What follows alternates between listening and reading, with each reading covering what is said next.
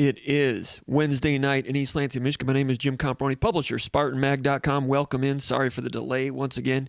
Getting ready to talk Michigan State football. Had a lot of things coming in late right before we went on the air. Want to say hello to everybody. Come on in, file on in. Let's talk Michigan State football. Getting ready for a big one this weekend. You know what's going on. 3 weeks into the season, about ready to kick it off. Michigan State against the Miami Hurricanes, going down to Miami for a big win down there. Hard Rock Stadium, Miami, Florida.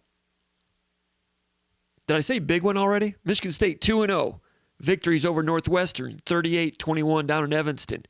Beat Youngstown State Saturday at Spartan Stadium, 42-14. Getting ready to take on the number 24 ranked Miami Hurricanes. Miami last weekend squeaked by Appalachian State 25-23. Got a 43-yard field goal with 2 minutes to go from kicker Andrew Borregales, I think it said. Clutch field goal, play some defense at the end. Youngstown, Appalachian State dropped a little curl route on 3rd and 8. If they catch that one at the 40-yard line, they might go down there and win. Dropped it, and then they were stopped on 4th down. Miami ran out the rest of the clock. If you're a Michigan State fan, it's good that Miami won. You want to play a team that's 1-1 and still ranked. If you're going to win a game, you want to win and collect all those chips. You don't want to play a Miami team that's 0-2. You did see in the meantime that Miami's a very beatable team. Now, you saw that against Alabama when Alabama beat them 44-13 back in week 1, but Alabama does that to everybody. Question is, did they demoralize Miami a little bit, or did they teach them some lessons that they can build upon and become a better team because they played the Crimson Tide? Well, they didn't show that against Appalachian State. Didn't look all that great against Appalachian State. Miami fans a little bit unnerved by that performance, but then you kind of wonder, okay, you played Alabama in a much hyped game, hyped all summer. The Hurricanes did. Lose that game, didn't play very well. I'm not saying you look ahead to Michigan State, but do you come down a little bit to play Appalachian State? You shouldn't, because Appalachian State's won more games than anybody in the last 10 years, except for a handful of teams. But they did come down a little bit, and they were a little shaky. We'll talk a little bit about that later on. Michigan State press conference Tuesday. Earlier today, interviews. Paul Konendijk and I talked about it over in front of the Perlis Plaza a few hours ago. Michigan State wide receivers coach Courtney Hawkins out to talk a little bit. Michigan State defensive backs coach, co-defensive coordinator, associate head coach Harlan Barnett came out and spoke a little bit. Coincidentally, those are two guys that played against Miami Spartan Stadium back in 1989, a game I remember with fondness. Went back and looked at that game a little bit today because I was talking to Konendijk about it today, and I said, you know what? Michigan State played about as well as I've ever seen a Michigan State team play that day. That's the way I remember it, because I had such great respect for Miami in some ways. Not a lot of respect in other ways, but they didn't care. That's the way they played. Some people didn't like it, but they won, and they were tremendous football teams. Miami came in ranked number 2 in the country. Michigan State, the thing that was so impressive was Michigan State hit hard, tackled hard, stayed in that game, got a pick 6 from Harlan Barnett. But at the end of the day, Michigan State just couldn't get enough first downs against a great Miami defense. Miami's kicker, Carlos Huerta, 4 field goals, 26-20, I think was the final score. 1989, very good Michigan State team that went 8-4 that year. Lost to number 1 Notre Dame. I think it was 24-13 down in South Bend the week before the Miami game. That was the game in which the bang stick, Harlan Barnett had a hit on, I think his name was Anthony Thomas or Anthony Johnson, something like that, a guy from South Bend. Hit him and bent him backwards in a way that you're not intended to bend, even in the manly sport of tackle football. I remember watching that game, and when Harlan Barnett hit that guy from Notre Dame, I was really worried about that guy from Notre Dame.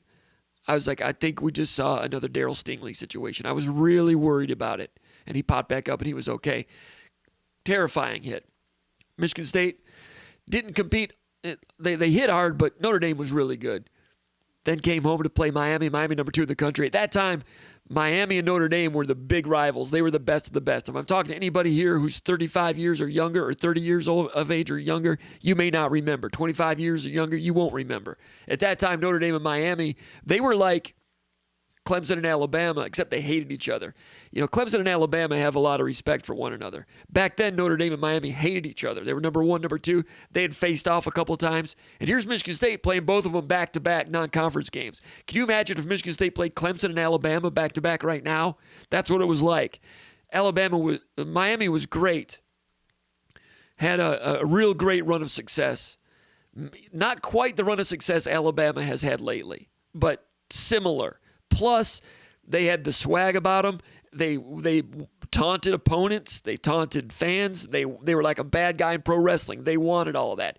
I remember them walking into the stadium and telling everybody, doing this number to the Michigan State fans, come on up, boo louder, boo louder. They were entertaining. Those of you that didn't see them play, go watch the ESPN 30 for 30 about the U and what they did and the swag they had, and that's the way they played, and that was part of their intimidation. And they would hit. I remember they were playing, sometimes they'd play teams, guy would catch a ball over the middle, linebacker might grab them for a tackle and turn them toward the safeties, and the safeties would all come in and spear them and just take hits on them, pinata, boom, boom, boom, boom. Back then you could hit with your helmet. Well, Michigan State went against them. Michigan State liked to think of themselves as being the toughest team on the block in the Big Ten. Whether they were the best team in the Big Ten or not, Perlis has said, we're going to be the toughest team. And Michigan State hit hard. And in that game, they hit to punish. They hit to punish against Miami. And went through it today.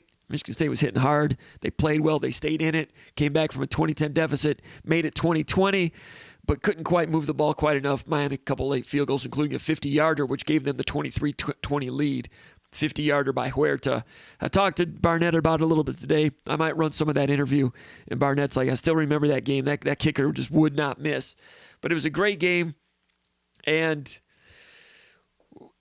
I remember having a lot of respect for the way Michigan State played that day and gaining respect for the program for Michigan State. I was a student at the time. I watched that game from the student section. I was working for the Lansing State Journal at the time, but I was not covering that game. And I didn't expect Michigan State to compete with Miami. I did not know what it was going to look like. 2 years earlier, Michigan State had played host to Florida State, a very good Florida State team with Deion Sanders. And Michigan State was blown out. That Michigan State team went on to win the Rose Bowl, but it seemed like the gap between Michigan State and Florida State was pretty wide. At that time, Notre Dame was one of the great ones. Michigan State played Notre Dame so often that they could kind of close the gap on Notre Dame a little bit. But I didn't expect Michigan State to compete with Miami that day back in 1989, but compete with the Hurricanes they did. And they hit them. And they gained a lot of respect. I think I got some video, some highlights of that one that we will roll out a little bit later. But it was one of my fondest memories of games that I attended at Spartan Stadium. Just the spectacle of it, and Michigan State rising up and playing so expertly and respectably on that particular day. So anyway, we've got the mailbag. We'll dip into the mailbag a little bit. We'll talk about Michigan State versus the Hurricanes. Hope to get maybe some guests here to talk a little bit about it as we go. But let's go out right now to let's check out the message board. By the way, if I didn't mention it, my name is Jim Comparoni, publisher, SpartanMag.com. I'm going to go ahead. I'm going to do question number one. We have questions that were posted mailbag style over at the SpartanMag.com underground bunker. I will entertain those questions, do the best I can. I went over them a little bit, glanced at them, so I didn't do the full rehearsal today, so I'll be caught cold by some of those questions. I also need to send out a tweet here in a minute, but first, let's throw out the first question. Earlier today, Matt from Ravenna via North Neighborhood says, Jim, have you noticed that Peyton Thorne seems to lock in on one wide receiver when he scrambles out of the pocket? Looks like that's why he missed Hayward at least once against Northwestern and Youngstown State. Maybe more. What do you think? Well, the one against Hayward, I think I know the one you're talking about. He was flushed out of the pocket.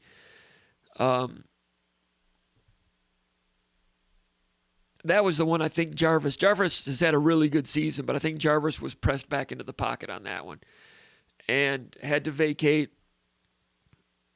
Michigan State had him in man-to-man. Michigan State ran a couple of crossers, a little mesh pattern, shallow, which is a very good man-to-man beater. It created a collision, close to being offensive pass interference, but that collision sprung Hayward open to the left as Peyton Thorne was looking at it, but Thorne was already flushed out this way. It's really hard to ask him to see that, and you don't want him thrown across the field there. You want to be a game manager first and not throw anything dangerous. Could he have, on that pressure, spun this way and exited out that way like Flutie or Fran Tarkenton and then found the guy? Maybe, if you've got that sixth sense. But I think that's one of the ones you're talking about. I don't fault him on that. When you're scrambling, you're only going to look at half the field. You're not going to throw back this way. And it's a crisis situation. Not that I've ever done it, but it's a crisis situation. You're getting pressure. You're scrambling out. You're going to look at one guy for the most part. I think he does a good job keeping his eyes downfield. For a quarterback that can tuck in and run and get north and get yardage, he is a scramble to throw guy first. He'll scramble and pick up some yards to run, but he doesn't scramble and just vacate the idea of throwing. He scrambled to throw. I've not watched Michigan State enough in the last 2 years in the new system to know what their scramble rules are. Most teams are deep guys come back and shallow guys go deep in a scramble rule situation. I've not seen that as a negative thus far. I think his scrambling to throw has been not a negative, but thanks for the question.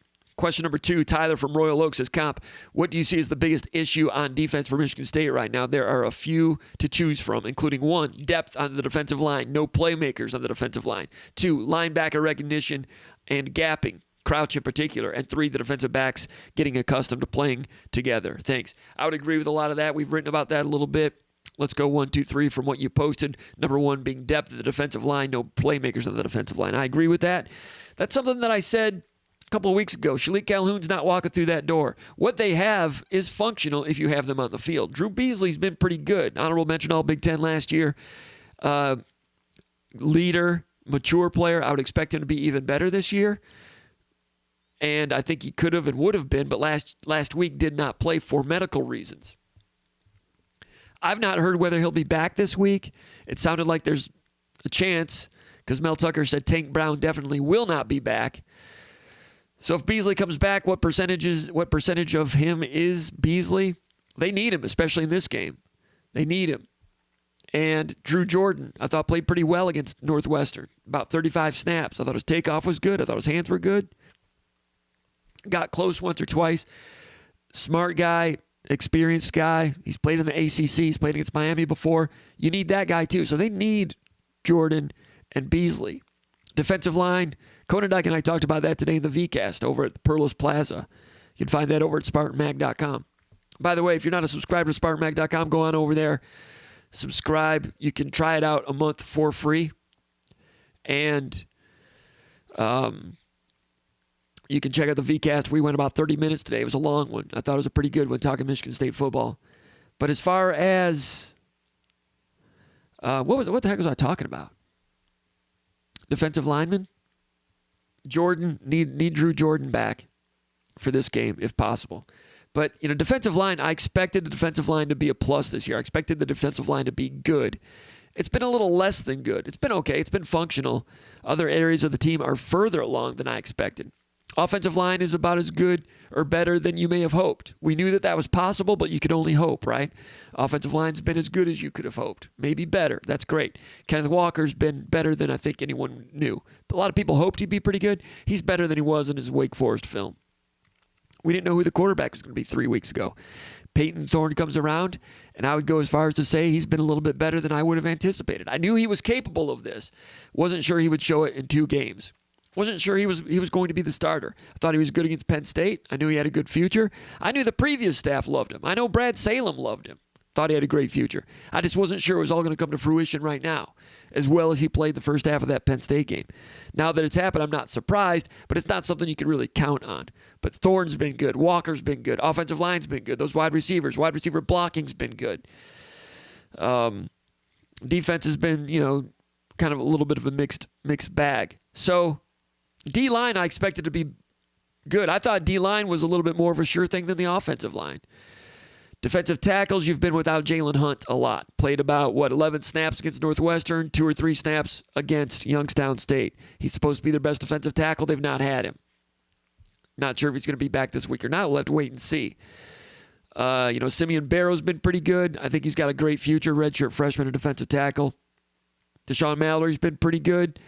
And Jacob Slade made some real good tackles. We showed the film in the film room at the Underground Bunker message board last night when he was 2-gapping against Youngstown State. One time 2-gap, cross-faced, bounced the running back this way, and Panashuk and Piotrowski got the tackle for loss, but it was Jacob Slade taking on that right guard, two-gapping him, controlling it, gaining, pushing, reestablishing that line of scrimmage, pushing it back a yard, bouncing it. That was Slade being tough. And later in the game, Slade did the same thing, and this time Slade made the tackle. I know that's against Youngstown State, but it was good to see Slade, who's been dinged up a little bit. He's got a club. It's good to see him play well. As he becomes bigger, stronger, more mature, he's a good, solid plus defensive tackle. You get Slade out there, and Hunt at his best. Defensive tackles can then have a real good tag team. Maybe Barrow off the bench, maybe Mallory, Maverick Hansen. You got to be strong inside first. They're solid inside. They're not weak, but they've not been as maybe disruptive and outstanding as I expected inside. That still may happen. And without Beasley and Jordan, you had Panashuk out there starting. Pietrowski had a tackle for loss and a sack, had a productive game in that regard. Was good. He's got a motor. Panashuk had his most productive game. Played a lot of snaps, did all right. Second stringers, Fletcher was just kind of out there, and then Camper was Camper needs to play better. We talked about that in the film room also. On the 29-yard touchdown run that got out by Youngstown State, Camper was the play side defensive end. He was two-gapping, and you saw what happens if you two-gap and you're really not strong enough to two-gap. If you two-gap, and the tight end, I think it was the tight end for Youngstown State. Oh, yeah, it was the tight end. And they had man-sized tight ends. That Ogletree guy, pretty good. I think he's from Dayton. And we talked about him in the pre-snap read at SpartanMag.com. Both of their tight ends look like tight ends. Michigan State would take those guys right now. So Camper locked up with the tight end and got pushed back 3 or 4 yards into the linebacker, and that's one reason that running back got out for the touchdown. Also, Kalen Gervin on that play played real well against the run all day. On that play, didn't leverage it far enough outside in. He kind of wrong-shouldered it and let it get out. And at the same time, Angelo Gross came up really aggressively, and I talked to Harlan Barnett about that today. And Angelo's last line of defense, he's an aggressive guy, excellent tackler, had been a corner, had been a nickel playing closer to the box. Now he's back at the safety. But some of the old nickel instincts going to the ball, I think there's a happy median in there somewhere. So Gervin didn't quite outside in it properly to leverage it back to the help, and then the help came in maybe a little too thin, too sharp, scrape it in there. Combination of both of those things, they'll learn from that. It's a great thing about the staff. They'll get on it. Barnett, Tillman, Tucker, they'll get that straightened out. You won't necessarily see that mistake again. They'll learn from it. Meanwhile, Camper getting pushed off the line, it's hard to correct that. They need the other defensive ends back in. Nothing against Camper. He's doing his best. He's had some injuries over his years. He's doing his best. But that's one reason they need Jordan and Beasley back this week. Your other thing, no playmakers on the D-line. Yeah, if Beasley gets in there, he can get slippery. He can make some plays. But they need him back in there. Linebacker, you said recognition and the gapping. Crouch in particular, I think Crouch was a little bit better. But yeah, in that first game, just the knack and the read and react back there when you're playing behind a two gapping defensive line. And Michigan State will do some one gapping and two gapping. When they did two gapping, it wasn't quite natural. I don't want to say it wasn't natural, but it's not quite. It's not as if Crouch has been in the system for 3 years. So there's still some aspects of that. It's not like Angelo Gross has been in this system at safety for 3 years. He's been in the system for 2 years. Last year was kind of fly by the seat of the pants at a different position. So that concentric building of layers of experience that you get in a truly mature program, it's not there for Michigan State. It's a good team. It's a dangerous team. It's an entertaining team, but you can't expect them to be a completely mature program yet. And those are two areas where they're still trying to improve, and I think they will improve. And you say number 3 point, the defensive backs getting accustomed to playing with one another. That's part of it. Just mentioned the Gervin gross error on that one play. And, Chester Kimbrough, the transfer from Florida, started at corner this week in place of Ronald Williams. And Ronald Williams came in and played better than he did in the first game. So I think they've got two pretty good corners there. But, yeah, they're learning as they go also. I need to name this thing so people, I don't know if this will make a difference. Excuse me while I'll do a couple of, I guess I'll just leave that alone. I was going to do a little bit of housekeeping there, a little bit. What I am going to do is I'm going to send out a tweet and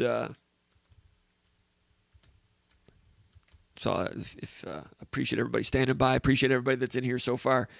Make sure to give us a thumbs up Make sure to subscribe to the channel if you've not done that. We appreciate all the positives that we get, if this will make a difference. All the positive feedback that we get. All the positive word of mouth. And all the MAGger friends that we've got out there. All over the world, really. So I'm going to post right here.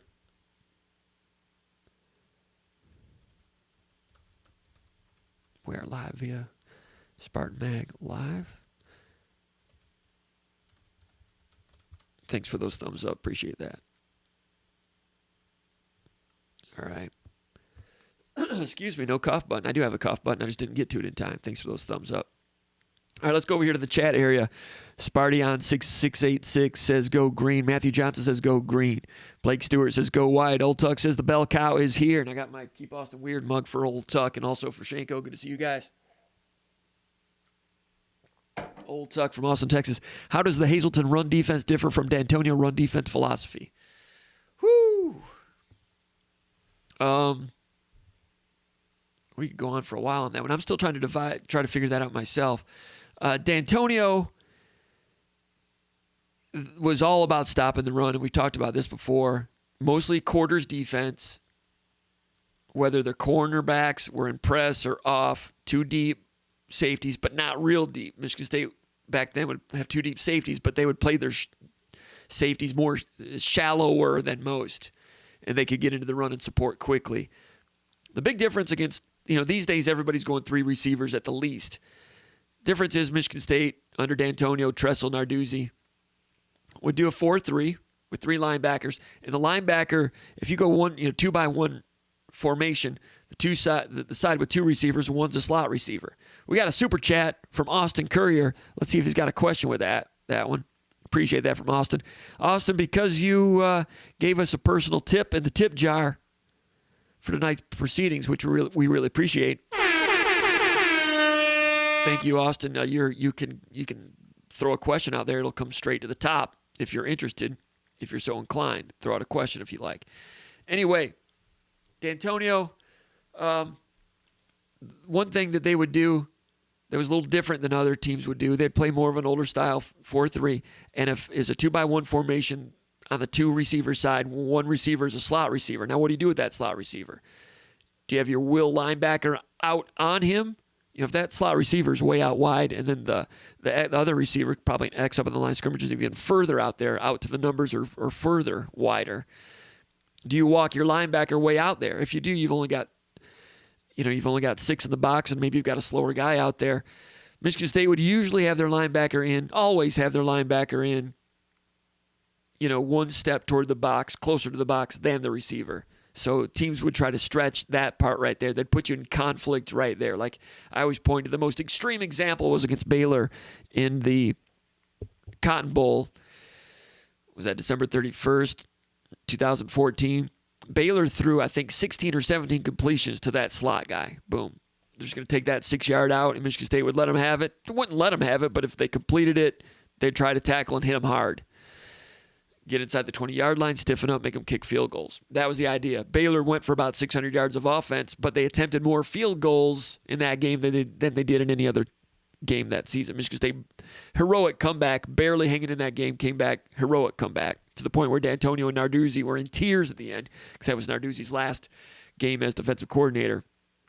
That game plan would have worked better if Baylor had not scored 2 deep shots.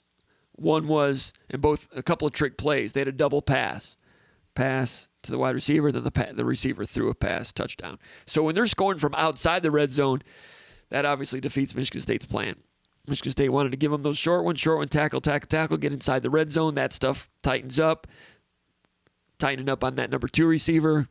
Force field goals was the idea. So Baylor had a great offense. Baylor had they invented the RPO. Narduzzi was talking about that before the game. No one called it an RPO then. Narduzzi's like, the best way I can explain it is every run is also a pass, and every pass is also a run. And he looked at it, and it's commonplace these days. But in 2014, Baylor would throw the ball behind run blocking. So they'd have run blocking up front, and the quarterback would be meshing with the tailback, and because it's run blocking up front, the D line and linebackers are all converging, playing the run, pull it out, and now you're blocking downfield. It's 3 yards to block downfield in college. Baylor would stretch it to 4 and 5 yards and shoot it out to the slot receiver with a lot of talent out there, and the offensive line is 5 yards downfield, taking out safeties, and that was very difficult to defend. Michigan State was working the referees, during pregame, and Baylor was called at least 2 times, maybe 3 or 4 times for illegal man downfield. By that time, they wasn't called the RPO, but when RG3 was at Baylor putting up crazy numbers the year before, it's because they were the first, with Art Briles, the forerunners of the RPO, and it's very hard to stop. Michigan State back then, the way they stopped the run made them weak against that, especially that type of offense. Man, that was really a contrast to styles right there. Michigan State survived it, played tough, came back. At the end, Baylor could not run the ball to melt the clock away, and that's what ended up getting them beat. So Michigan State, they're more likely to want to stop the run first, and Baylor could run the ball. If you started walking guys out of the box, they would start running the ball on you. And Narduzzi's like, we're going to take away the run first and live with the other stuff, as long as we don't give up the big ones. Well, they gave up a couple of big ones. Anyway, that was Michigan State back then. We're going to stop the run, mostly zone. They play some man-to-man here and there in third down. They play some man-to-man in the red zone. They play man-to-man in the last minute and a half of a game. But for the most part, a lot of cover 4. And when you're playing those zones, it helps you keep an eye on the run, and fewer run plays are going to break out. Michigan State now, they want to stop the run. Everybody does, but they don't sell out as much to do it. They're going to be stronger. They're going to be more diversified. They're going to be more equipped to handle the pass play that I just mentioned that Baylor did and everybody else does. But Michigan State doesn't just sit in that all the time. Michigan State now, they change their looks a lot. They'll come up and show a zero blitz, which, a zero defense with D'Antonio, they rarely did. Like maybe, once a month they might do a zero, if that. Michigan State will do it.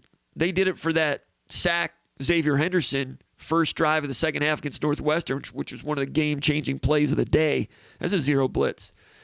Both safeties were involved, and Xavier Henderson got the sack, forced a field goal, missed a field goal, key play in the game.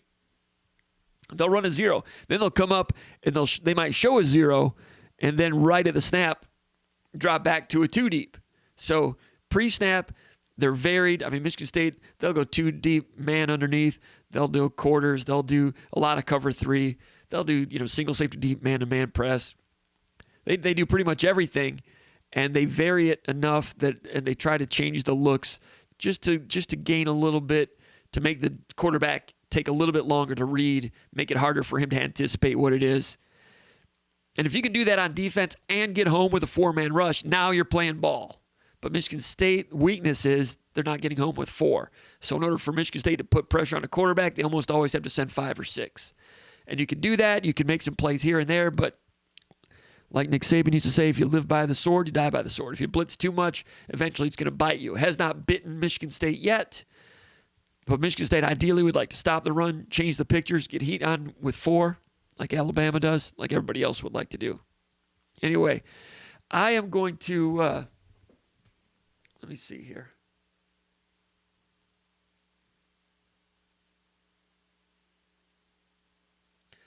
I'm just going to send a note out, see if we can get one of our guests to come on in. As a matter of fact, I thought that I had the phone number up. I can take some phone calls from y'all right now. I lost my, usually I've got the background of the Sunset Daylight Stadium, but I kind of lost that a little bit. Anyway.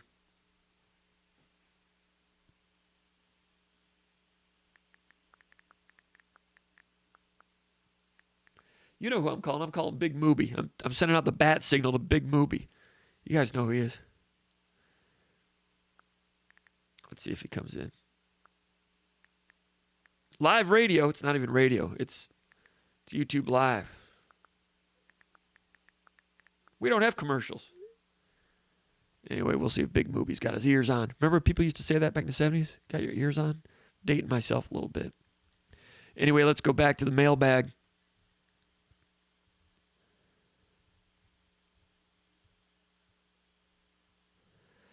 All right, recruiting questions from 5 State. Let's see what he's got here. He says, yesterday there were social media reach outs by Jaden Reed, Caton Hauser, to Armani Winfield, the wide receiver who's committed to Texas. It's a 4-star wide receiver from Texas. Any chance of a shift there? Yes, there's a chance. He did visit Michigan State, tried to keep it quiet, has not done any interviews about it. But yeah, Michigan State's still going after him. It's a good wide receiver. Type of guy that if Michigan State continues to have a good season this year, could create more interest but to go get him. But yeah, when you see that, you're an astute observer. And if you see that, that's orchestrated from inside and deep, you know. Michigan State's recruiting campaign, the recruiting outfit. Hey, Caton, give a shout out to Armani Winfield. So yeah, Michigan State trying to keep him warm. Longhorns lost to Arkansas last week. Coaching change. He committed to the new coach. I think it's the new coach he committed to, Sarkisian. I don't know. It's kind of hard to go to Texas and get a guy to decommit from the Longhorns to go north, but Michigan State's trying. Question number 2, he says, did Dylan Tatum go to the Michigan-Wisconsin game last weekend? I'm sorry, Michigan-Washington game. Dylan Tatum, 4-star safety from West Bloomfield. Not to my knowledge. I don't think he did. Michigan State's in solid shape there. Wolverines still trying to battle for that top 10 in-state kid. Question number 3, is Keontae Goodwin scheduled for an official visit to a game this fall? Yes, he is. He's being kind of quiet about that. I think they'd kind of like to limit the fanfare a little bit. He's committed to Kentucky. 4-star offensive lineman from Indiana. Michigan State's in there. Again, another player that if Michigan State goes ahead and has a real nice season this year, makes a lot of noise, goes 8-4, something like that. And the players are buying into the program. They love the program. And Izzo used to always say, if the kids love the program, they are your best recruiters. And I think Michigan State's going to get close, is getting closer. I think they're there right now in terms of when recruits come on campus. Michigan State's current players. Michigan State's players will sell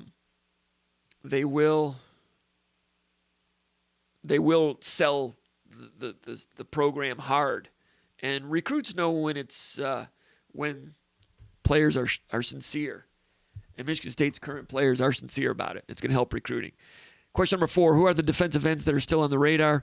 There's some other guys that are committed elsewhere that Michigan State's still looking at. James Schott, the kid from Greenwood, Indiana, is having a pretty good season. I've not looked at him in the last week or so, but Michigan State liked him, gave him an offer, but it was not a committable offer, but gave him an offer. To accept, press 1. To send a voicemail, press 2. All right, let's go out to Houston, Texas, formerly of the Horn in Austin, Texas. Our buddy Nils Deco. He's ready for Michigan State versus Miami. He's ready for the Hurricanes. He's been through a hurricane this week down in the Galveston area. He's ready to go. Nils, you doing all right, man? I'm good. We're surviving. Surviving. Good. Let me finish answering this one question. So defensive ends that are still on the radar for recruiting. James Schott from Greenwood, Indiana. Old Tuck, hold that thought. We'll get back to you a little bit later. Malachi Davis, a guy from Holt, Michigan. Saw him play last week. He's committed to Syracuse. Michigan State's looking at him. If he has a great senior year, they're still in on him. And other defensive ends, Michigan State's going to need some help at defensive end. They're graduating some. Would not be surprised to see Michigan State go to the portal hard for a defensive end. Nils, got a big one this weekend. Spartans and the Hurricanes. You in game mode yet? I know you get ornery in a week like this. How you hanging? How you doing down there in Texas? We're good. It's been, kind of a rough week. We had a bunch of rain on Monday, and so we had a bit of a tropical storm that went through here. So we're just recovering from that. So hopefully it's nice to be at a Wednesday already. So it's been kind of a short week almost. It's been kind of in game mode the whole week, seems like. Everybody safe? Oh yeah, we're good. We got, got lots of rain, but few branches down, palm trees, the palm trees came down a little bit. We're good. What do you think about Michigan State versus the Hurricanes? I like the fact that Manny Diaz is their coach. I think he's a guy. I think the quality control at Miami is probably less than what it needs to be. I mean, they have, year in, year out, they have tons of athletes. They talked about having the 19 starters coming back. But I don't think De'Aaron King's the same quarterback that he was, 2 years ago at Houston. I mean, when he was at Houston, I think as a sophomore, he was as good as there is. He's from, Alvin Manville, same high school that Kyle Trask, who's the quarterback last year at Florida. I mean, it's amazing the amount of talent. same high school, that Donovan England played. De'Aaron King and Donovan England went to the same high school. So there's so much talent down there in that Brazoria, Fort Bend, Matagorda County, and just so much talent. And I don't think De'Aaron King is the same football player he was, 18 months ago. And I don't think they can risk getting him injured, because if he gets injured, then Miami's 5-7, and Manny Diaz is getting his walking papers. Because I was listening to something I think was on Chris Childers and Rick Neuheisel this week on Sirius XM, and they're talking about Mario Cristobal. I mean, that's the guy, those are the people, they want Mario Cristobal. And he's about as hot as name as there is right now after beating, Ohio State last weekend in the shoe. So, Manny Diaz is walking, he's on a thin rope that he's hanging to. I agree with that, and for that reason, I think that they are not hesitant to get as much as they can out of De'Aaron King. You're right. If he gets injured, they got a big problem, but if they lose to Michigan State, they got a big problem.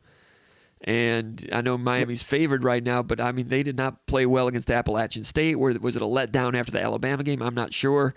You and I talked about this earlier today. Michigan State, or Miami rather, they've got some quality control issues on defense.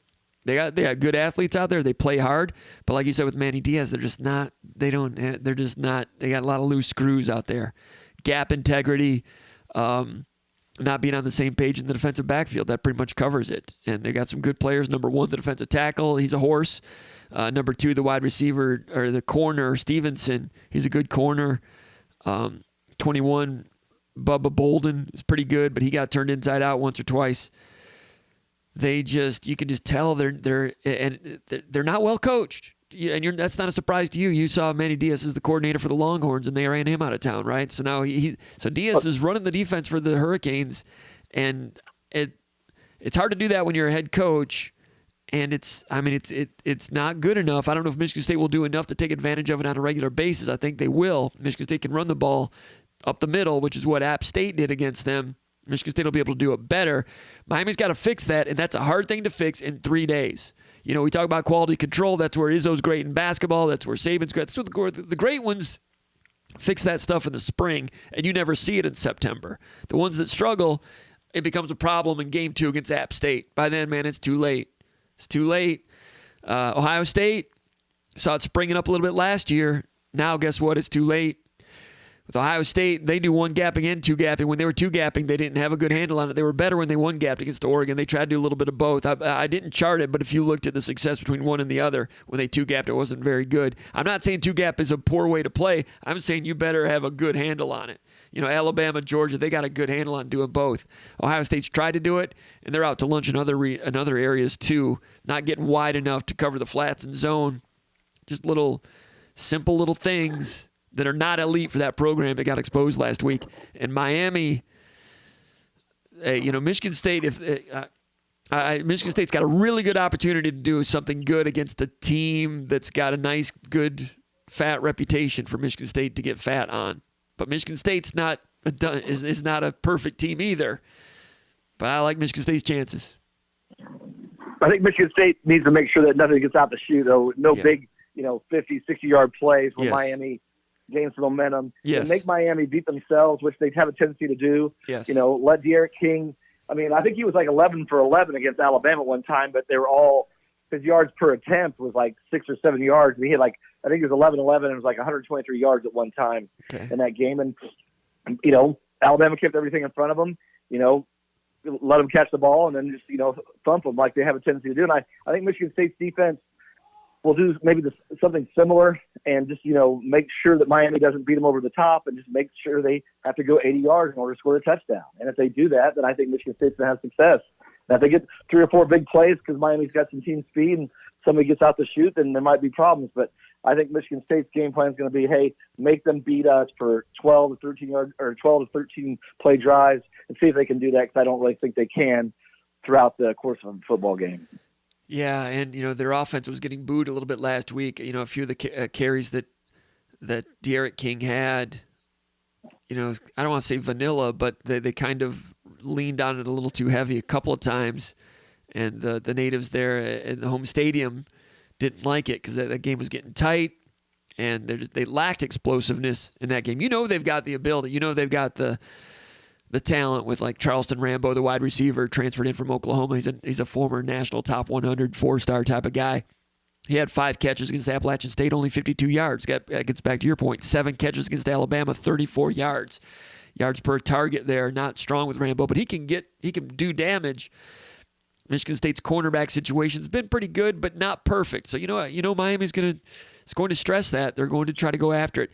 Miami's got another receiver named Harley that had 700 yards receiving, supposed to be pretty good this year. He dropped 2 passes on slants against App State that hurt. But, Michigan State's got to withstand some things like Angelo Gross. Youngstown State last week, on one play, isolated, was able to match up Angelo Gross on the number 3 receiver. The guy was number 6, Porte Real or something like that. It was a transfer from Lehigh, but their best wide receiver threat. And Michigan State happened to be in press man-to-man on that one. And Youngstown comes to the line. They see it. Angelo Gross is a safety. He's up in press against the number 3 receiver. Their best receiver, deep corner route. He was open, and the quarterback missed him. Miami, if they're smart, if they can catch Michigan State in a man-to-man and put Rambo or Harley as a number 3 receiver and get him on Gross is going to have to show that he can turn his hips and run a little bit better than he did in that situation. So Michigan State's got, Michigan State is not bulletproof. They've got some problems of their own, but, Miami's got a good tailback situation with Cameron Harris, 18 rushes, 91 yards against Youngstown State. Cameron Harris, top 100 recruit back when he was coming out also. So there's talent all over the place. You mentioned De'Aaron King. It's interesting about De'Aaron King. You mentioned that he might not be quite up to what he was when he played for Houston. 10,000 yards total offense in his career. I saw the highlights, but I didn't study any of their games. Watching App State, he's a little guy. He's quick. Michigan State people legitimately say he's a 4.40 40 guy. At least he was before he was injured. I just texted somebody that I know that's covered Miami for a long time. I said, what do you think about De'Aaron King? Is he all the way back to normal, or is he just kind of like a B- version of what he used to be? And this guy, whose opinion I respect, says that he thinks he's back to what he was. That being said, he's got a strong arm, but he will scattershot it a little bit. He will get inaccurate with that sometimes. And in the RPO game, he's dangerous, but there's sometimes in the RPO where he keeps it when he should have handed it off. There's times when he keeps it so I'm not sure. Those decisions are always great. Now, that's on watching one game. He's been excellent for 5 years. He's 24-year-old senior. He's been so productive. So I'm not going to sit here and say that he's not all that he's cracked up to be. He's a dangerous player, but I kind of expected him to be better than what I saw in the App State game. I think Michigan State's going to get better quarterback play than Miami's going to get in this game. Now, I know De'Aaron King is more capable of just carrying a team right now than Thorne is. And Thorne's got to stay away from mistakes. He forced a couple passes against Youngstown for the first time. Like you said, Michigan State's got to stay away from the big plays. But I like where Michigan State is with Thorne right now. And King, he's all right, but I think Miami's going to generate points because Michigan State's defense is not foolproof. But I said it before, I kind of like Michigan State's chances in this one. And it's, you're a 7-point underdog. It's one thing to like someone's chances. It's another thing when you like someone's chances to beat a top 25 team in Florida on the road, something that a month ago a lot of us wouldn't have said is possible. That's what you call a great opportunity. You know what, Nils? This reminds me of some of those years when Michigan State would get off to like a 1-0, 2-0 start, and then they'd have Notre Dame. And it might not be a Notre Dame team that is as great as Notre Dame usually is, but they've got a big record and a big reputation, and you got a chance to really get fat on some low-hanging fruit. Like early in the Saban era, 95, 96, 97, when Michigan State won those consecutive games against Notre Dame. This reminds me of that a little bit. Reminds me of Nick Saban's second year. I think it might have been his second year. One of those years when they had a chance, an opportunity to beat Notre Dame, and they went out and did it. And it gave the program a lot of momentum. Couldn't really sustain it in the Big Ten back then for whatever reason, but that's what this reminds me of. I think Michigan State's building something. I think the biggest thing with Miami is that, I heard there was so much banter about Miami taking on Alabama and that this is the year that they could compete. And there's this guy that calls in the Mark Packers show, and he was like, he said this is going to be the year they're going to take it to him. And then, you saw what Miami is. There's no culture there, right? And they think that Michael Irvin, Benny Blade, Alonzo Highsmith, Vinny Testaverde, Steve Walsh, Cleveland Buffalo Gary, all those guys are walking through that door. They're not walking through that door. And the culture is not, it's not what it once was. It was Jimmy Johnson. It was Howard Schnellenberger, Butch Davis, Larry Coker. the drop off to where they are today from where they were 15, 20 years ago, I mean, it's amazing. And they don't have an on-campus facility. What they had was an aura. They had Dade County. They had as much talent as anybody in the country in that metro area. You're not going to find more, better football. And they don't have a culture. I mean, they think they just throw that Miami gear on and it's there. And Manny Diaz is not that person. I mean, he has that job because his dad was the mayor of Miami. It's that simple. He was going to be the head coach at Temple.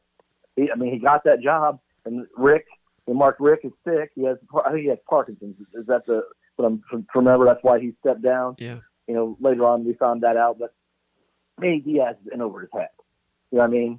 Go back and look. I saw what he was as defensive coordinator at Texas. I mean, got fired mid-season after Taysom Hill and BYU drilled Texas. I think it was either 2010 or 2011. And I'm like, how did this guy reinvent himself? Well, he's Mr. ESPN, worked for ESPN as, kind of he cut up tape back in the day, and, he's polished, all that, but I don't think he's much of a football coach. I think he's one of those guys that kind of slithered his way through, and all of a sudden now he's a head coach at arguably used to be one of the top 8 programs in the country. Now is, right there on the cusp, like Florida State. It's amazing if you don't have the coach, what can become of your program. And Florida State, after what they happened to them last week against Jacksonville State, they had Willie Taggart, they had Mike Norvell. I mean, Jimbo Fisher, they wouldn't give him his money, and now look at them. They're what? I mean, they're struggling, Florida State. So it's not guaranteed. All these people that think these schools are guaranteed, even if they're in Florida, you got to have the right guy at the helm, and I don't think Manny Diaz is the right guy at the helm at Miami. Whereas I think on Michigan State's end, I think they have the right guy who understands the culture, who's from Ohio, who's coached at Ohio State, LSU, Alabama, Georgia, been a defensive coordinator with the Jaguars and the Bears. I mean, look at that resume, look at that track record, far superior, right? Yes. I mean, I just think when it's all said and done, I think Michigan State's mode of operations probably is vastly superior to Miami. And you never thought you'd say something like that. Yeah. We talk about quality control. Right now I'm showing highlights of the 1989 Miami-Michigan State game that I mentioned earlier in the show. Michigan State played great defense that day. It was really something to watch. I've got some cut-ups of just some of the hits. And, Michigan State, some of the hits that they made, you talk about bad intentions. That's one of the things Mike Tyson used to say back then. Michigan State would tackle you. Then the second guy in was trying to register some pain. I'm not saying dirty. Like Iquinello. Iquinello back there, 44. Early on in that game when Iquinello knocked somebody out about 3 yards out of bounds to get the 15-yard penalty, but they still only gave up a field goal from Carlos Huerta. I mean, Mike Iquinello, he was a sledgehammer as well back there with Benson Donaldson and freaking the bang stick. I mean, they just, like you were saying, they killed people. And those linebackers that year in '89 were as good as anybody in the country. Dixon Edwards, Carlos Jenkins, and Percy Stone. I mean, across the board, all NFL players. I mean, just big and physical. They were fun to watch. 3 NFL linebackers playing cover 2 zone where they kept the eyes on the ball rather than playing man-to-man. They were square to the ball, throw underneath, and they're coming to hit hard, and the second guy was supposed to register pain. And that was part of what they did. That was part of their plan. And Miami came in, great program, I already said that, with all the swagger. But by about the second quarter, Miami knew they were in a rock fight. And that's why I say, Michigan State punted a lot. Butland had that fake punt that he took about 30 yards. But, Butland, I looked at that again today. It was a low snap. So it was kind of a botch snap that he turned into chicken salad. But defensively, just rising up and saying, Hurricanes, come on in here. We're not backing down an inch. And talking to Barnett about it today, and your guy Alan Haller was a part of that too. Number 25 at corner, started as a sophomore in that game, like you told me earlier today. Vincent Donaldson was out there. He was hitting as a corner. But that, Michigan State, for all the things that they were back in that era, that game really personified it. I mean, they took on the toughest loudmouth guy on the block in college football, brought him onto their hardest concrete AstroTurf field, and just traded haymakers with him. And Miami was starting to buckle a little bit. Their receivers, they were starting to alligator arm it a little bit. And Miami started running draw plays. Miami kind of Miami blinked in that game. Miami blinked. They hit 4 field goals, and they needed every one of those field goals. Michigan State knocked Erickson out of the game. Toretta comes in. Toretta won the Heisman a couple years later, but, man, Michigan State was they made a lot of Michigan State people proud that day. And to this day, I talked to Barnett and Courtney Hawkins about it today, and that loss, that's still one that got away from them. They would like to have that. Hawkins talked about in his days in the NFL, he'd run across teammates that were Hurricanes. They talk about that game. Man, that was a slugfest, Nils. Back in 1989.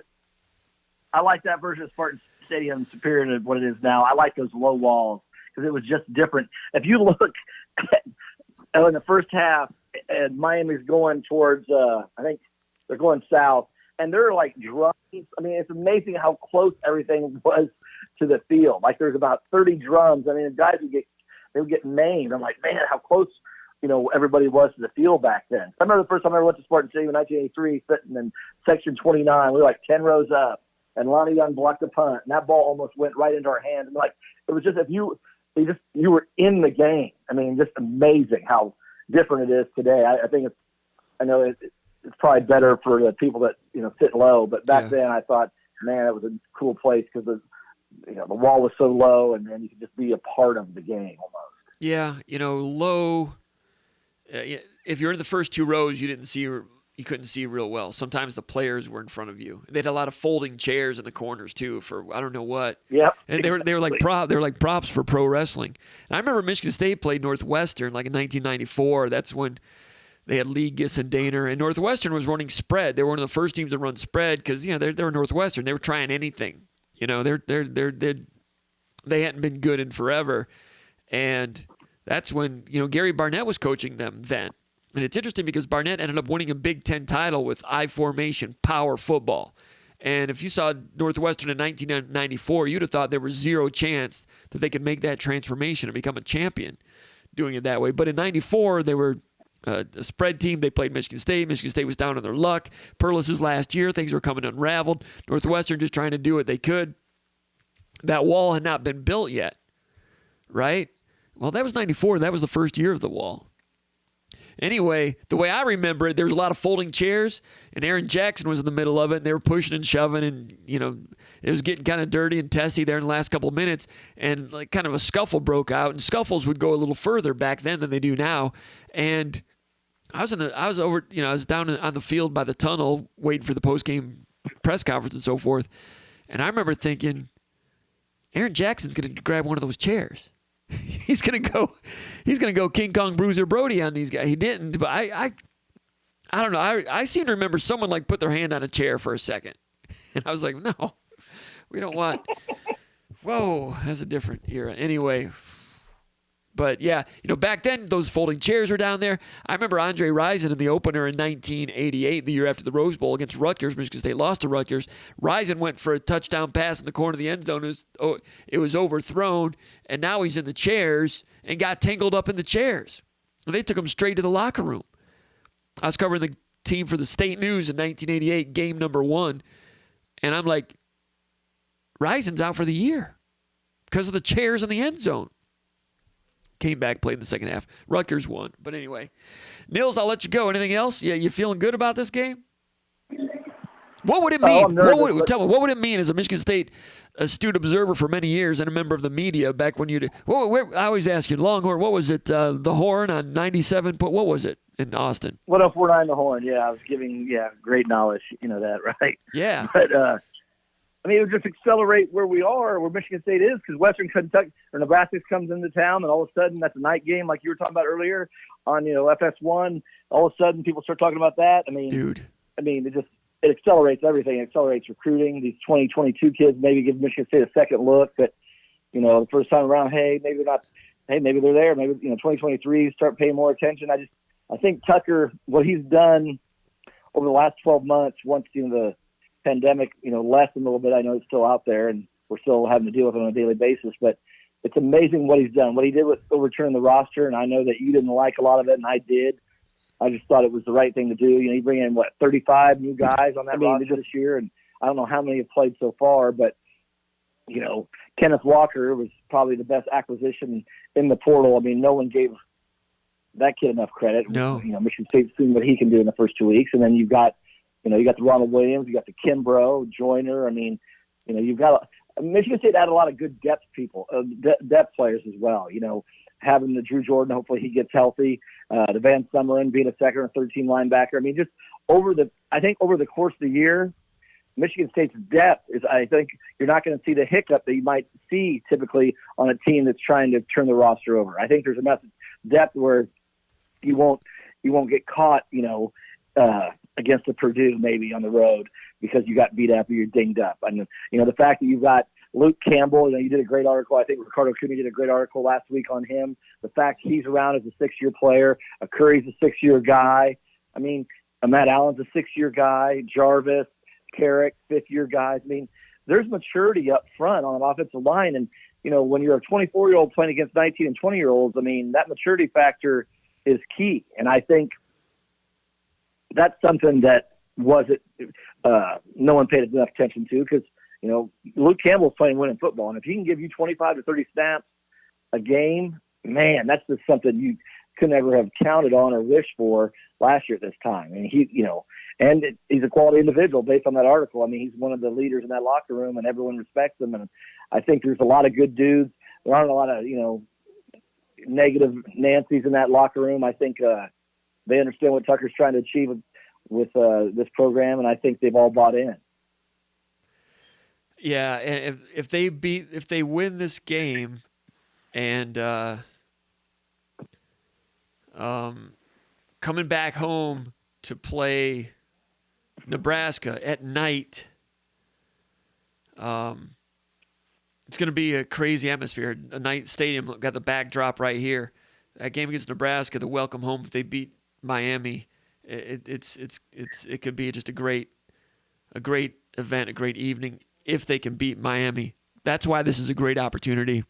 The term making a statement is used too often. And if Michigan State wins this game and even wins convincingly, they're a good team, but they're not a complete team. It's not a statement that they're a contender for anything, I don't think, right now. But it's ahead of schedule. And I've heard some good things.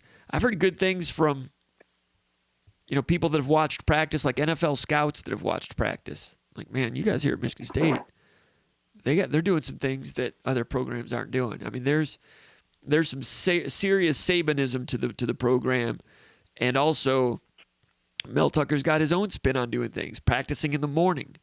That's a new thing around here. They didn't do that last year. They've not done it in the past. They're done practicing by 11:30 in the morning every day. Just a little something different. So, I mean, yeah, Mel Tucker's doing a lot of Saban stuff, some Tressel stuff, some stuff from the NFL, but there is some stuff that's Mel Tucker also. He's an interesting guy. He's a dangerous man in college football. Mel Tucker's a dangerous man in college football. All right, Nils, I'm going to let you go. I appreciate your insight. Have a good week. Have a good Saturday. We might bring you in, see what you say. Take care, Nils. There he goes. There goes Nils Deco. We appreciate what he has to say.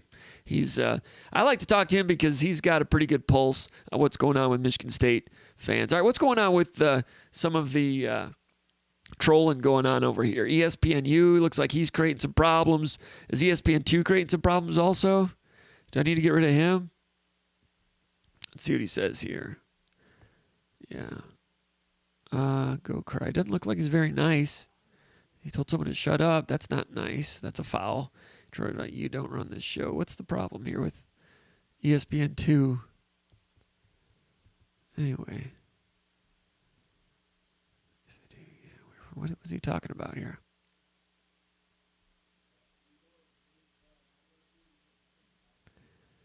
Well, anyway,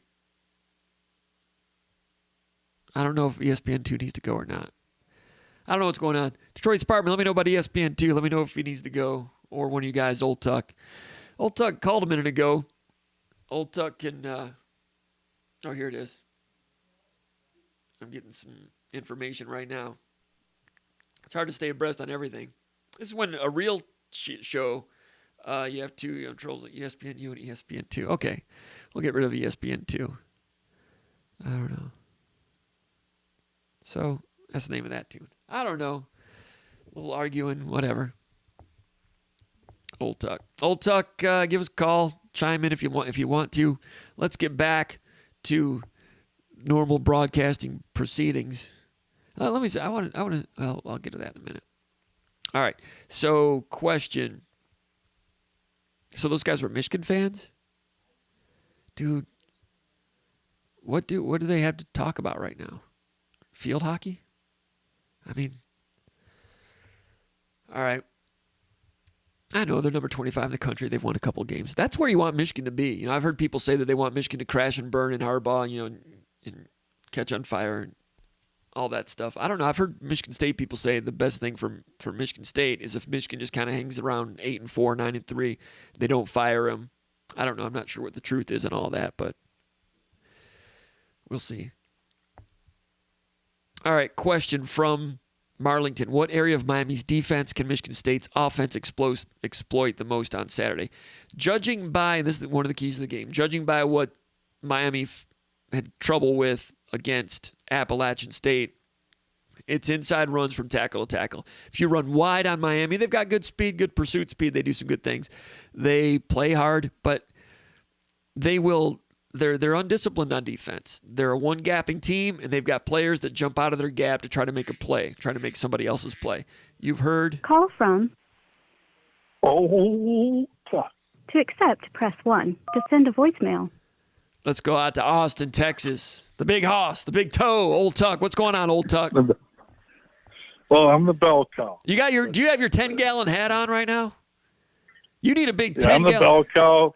You need a 10-gallon hat with a cowbell around your neck and a Spartan S on a 10-gallon hat like Haas in Bonanza. And you need to go out on the corner in Austin, Texas, and just start ringing that bell. See what happens. I know, I do. And you know where I got that was Keith Jackson, when Andy Katzenmoyer was at Ohio State. Yeah. He set the defense on ABC one day. Finkus, I think Vrabel and Finkus were the ends, and he said in the middle, we got Andy Katzenmoyer, and he's the bell cow, ladies and gentlemen. So that's where I took it from, was Keith Jackson. Yeah, Keith Jackson would say that about some other biggins. The big uglies. Yeah. Lawyer Tillman at Auburn. Yeah, he was the bell cow. Touchdown. Andy Katzenmoyer. CFA college football. Now, I'm going to just start out by saying, Comp, there's a little back and forth on the board there, and I don't like to get into that. But what I will say is, I saw that. When I used to play Muskegon Heights in basketball. Oh, Nelly.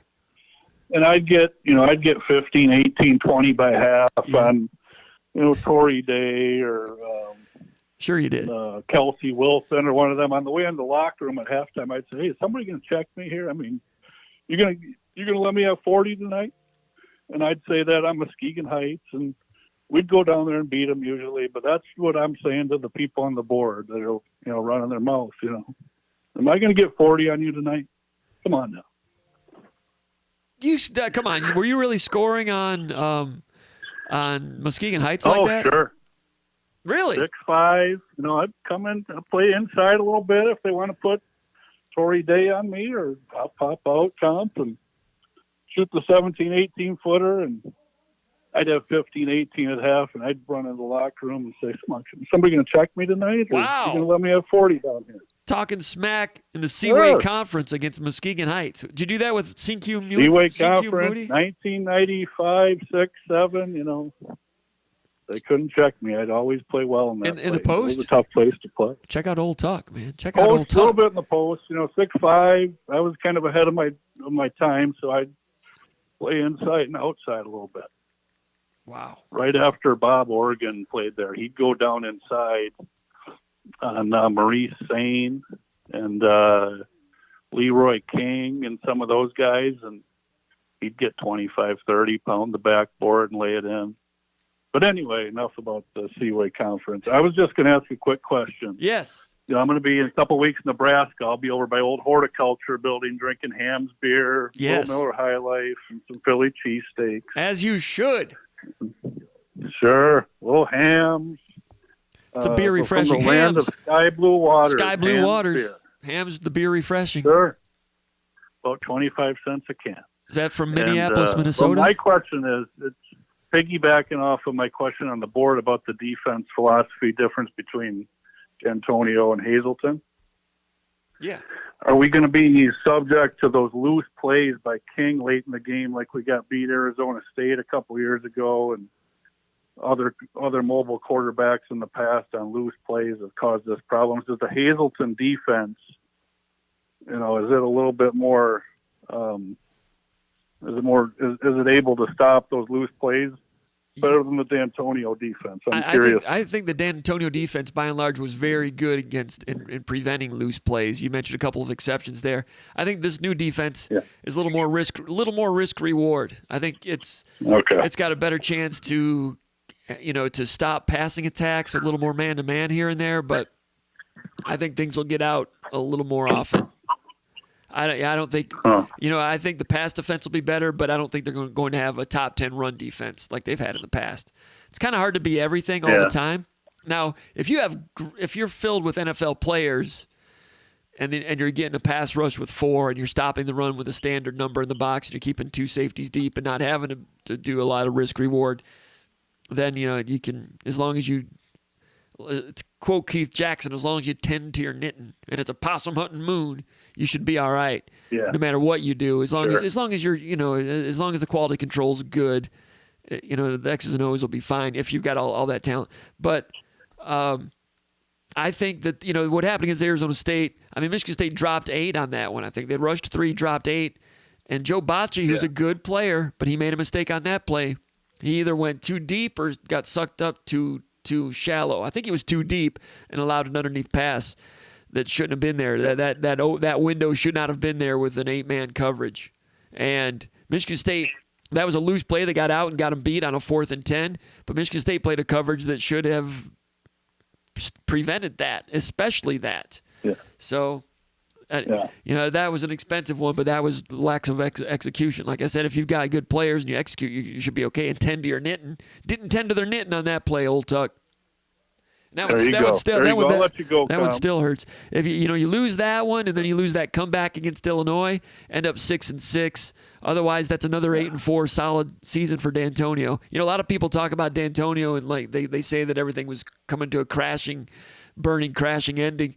I mean, they won a bowl game in his last year. I mean, if that would have happened in the Bobby Williams era, Williams won 1 bowl game. John L. Smith, Muddy Waters. There have been a lot of times through Michigan State when finishing a season with a bowl victory is kind of a big deal. I know there was just Wake Forest, but that Wake Forest team was in the top 25 earlier in the year. But my point is, finish the job against Arizona State. Don't have that big comeback against Illinois, prompted by a pick 6. You're that close to being an 8-4 team. I'm not saying 8-4 is great, but people that say a team that was almost 8-4 was garbage, I disagree with that. Yeah, they don't. D'Antonio, he's got a lot of recruits right now. This Saturday, they're going to play a big role in the game. So, there's no better coach we've had in our history. He'll be revered. Anybody who doesn't understand that now, maybe they will someday, but if they don't, that's their problem. Yeah, I don't even really argue a whole lot. If people don't see it that way, I can't help them. And I'm getting too old where I don't even try to change. Right. I don't even try to change people's minds, Old Tuck. I just let them talk, and that's right. I don't have time for it. I'm tired. I'm tired. That's just like, I'm tired too. It's all that hams. It's all that hams. The beer refreshing. That's right. Hams and Miller High Life and Go Green. Comp, thanks for taking my call. Good talking to you. There you go. Hey, let me know where you are. Nebraska game, you said? Depending on what I'm doing. Over by Old Hort. Been there for about 35 years. Kind of a big crooked tree right over there. We used to just have a card table with a cheese ball and a few beers, and now we got grills. And sounds good. Yeah, we've grown over the years. So wow. Thanks, Old Call Tuck. From Big Movie.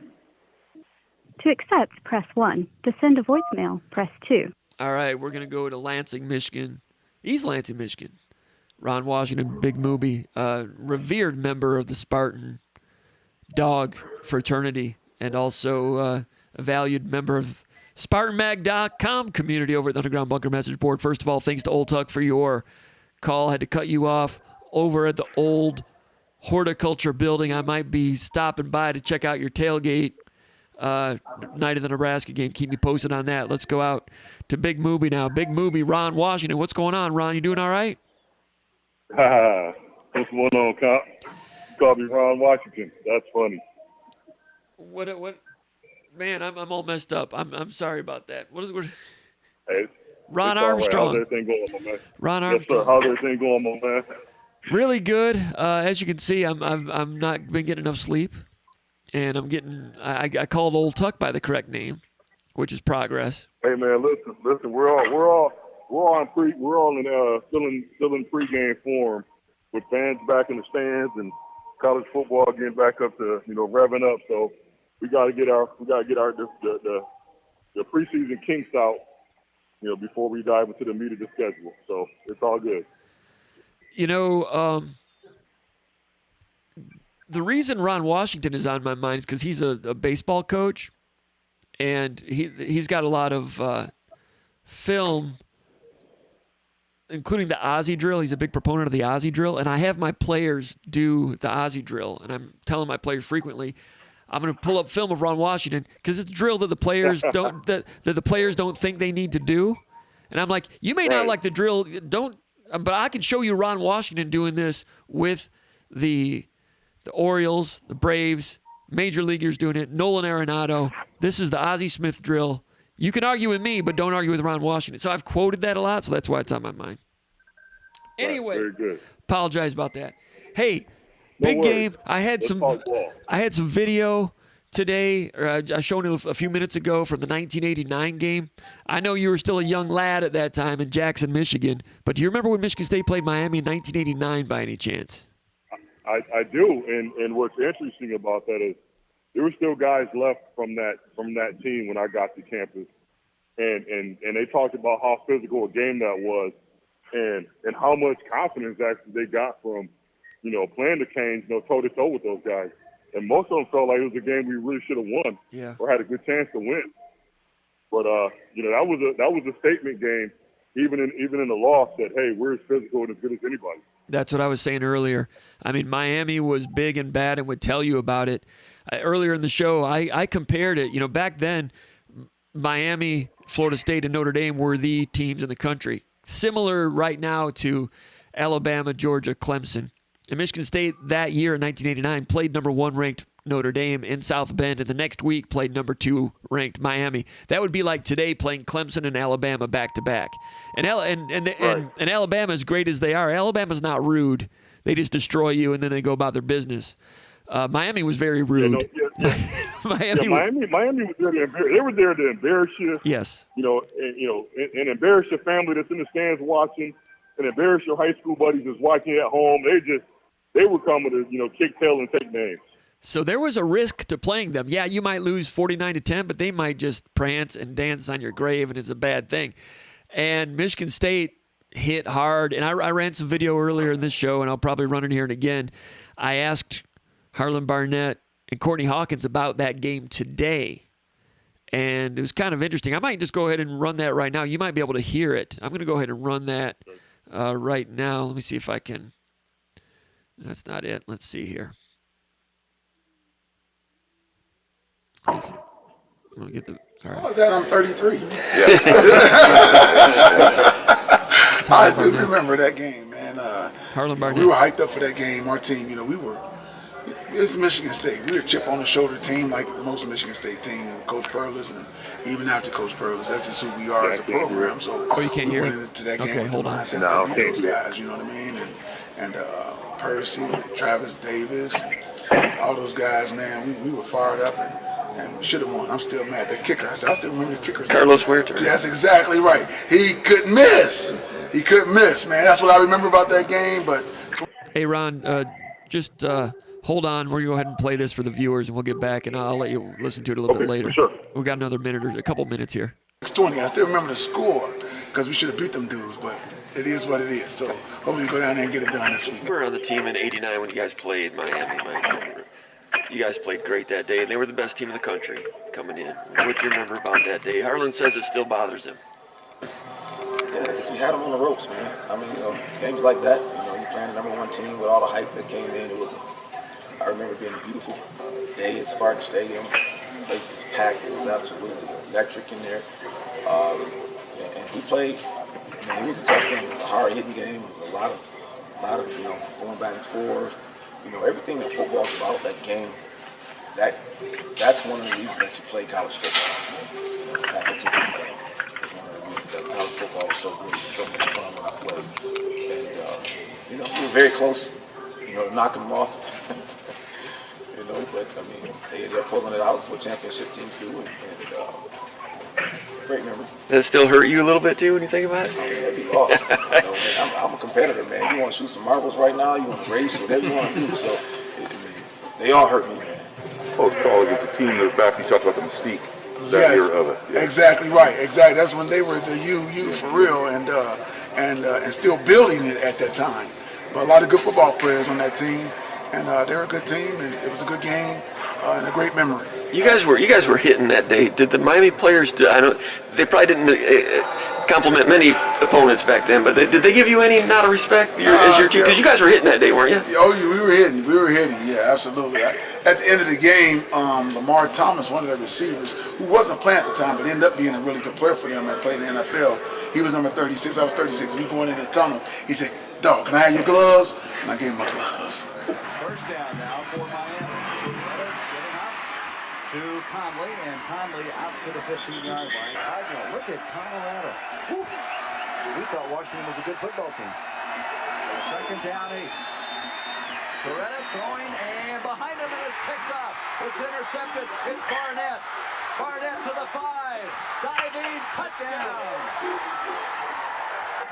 All right, so anyway, big movie. I just ran a couple of highlights, including Harlan Barnett's interception return for a touchdown, and some of the interviews. But Barnett and Hawkins. Everybody they know that the Miami offers an opportunity for Michigan State this week. I know you talked to a lot of former Michigan State players. You're a former Michigan State player. I should have mentioned that earlier.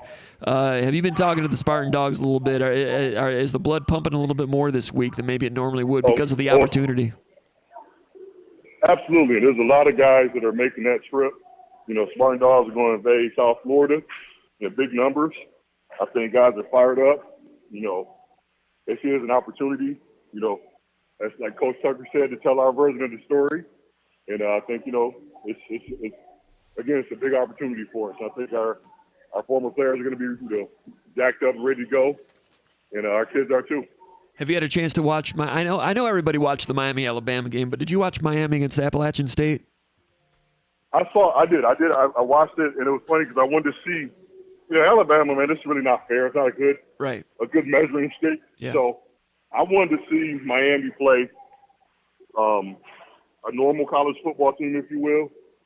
And I came away with kind of some of the same thoughts when I saw them watch Alabama play.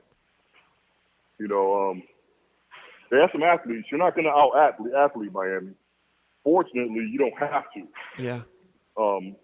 They make a lot of mistakes, in scheme and, and just not being disciplined. Yes. And some of that stuff is just flawed concepts that I think is a little bit of hubris on their part that because they have such, some athletes out there, they can get away with some stuff that just, aren't sound. Well, I agree with that. It's kind of alarming, some of the unsoundness of their defense. And we just had Nils Deco on, and he watched them when Manny Diaz was the defensive coordinator for the Texas Longhorns. And Texas was known for that back then. Manny Diaz was defensive coordinator for the Hurricanes before he became the head coach, and he was just kind of an okay coordinator. And he's coordinator now for the Hurricanes. So not only is he the head coach, it's hard to do both. It's hard to not be distracted, and it's not like he was the greatest coordinator to begin with. And you saw the game against Miami, or against App State.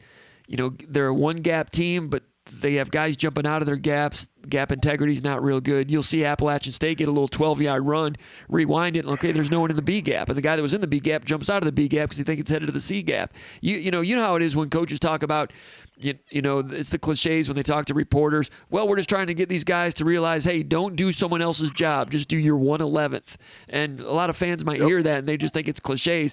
But Miami's a team where they don't have guys doing their 1/11th. They've got guys trying to do other people's jobs, and you end up giving daylight somewhere else. And a guy like Kenneth Walker with his vision and cutting ability, he's going to find some daylight if you give him some. I'm not saying Miami does that every single down, but they do it often enough that it just takes a little leakage here and there to break the dam. And then a couple of times you saw the touchdown passes where they just flat left people wide open, just miscommunications back there. And the players look to me like they're playing hard, and they are talented. So I'm not blaming them. I'm not blaming them. It's quality control. And on defense, they haven't had it, and it's something that's very hard to fix in 3 days. I'll tell you something that just when you put the film on, this is the biggest thing that's alarming to me. There's not one unit that you see that with. It's from play to play. It might be a D lineman, kind of laying a block, or it might be a linebacker that's going over the top instead of, collisioning that guy, or it might be a corner that's speaking in the backfield. I mean, it's every level of that defense on a given play. Somebody's doing the wrong thing. Yeah. And Michigan that's, State. That's alarming, man. Like if you got an issue with, we gotta get your secondary solved. That's something you could do on the practice field. Like, okay, we gotta get the communication fixed in the back end. You can fix that in practice. But if it's, all three levels of your defense, somebody's jumping out of a gap or missing an assignment, then that's just your prep during the week is off somewhere. Yes.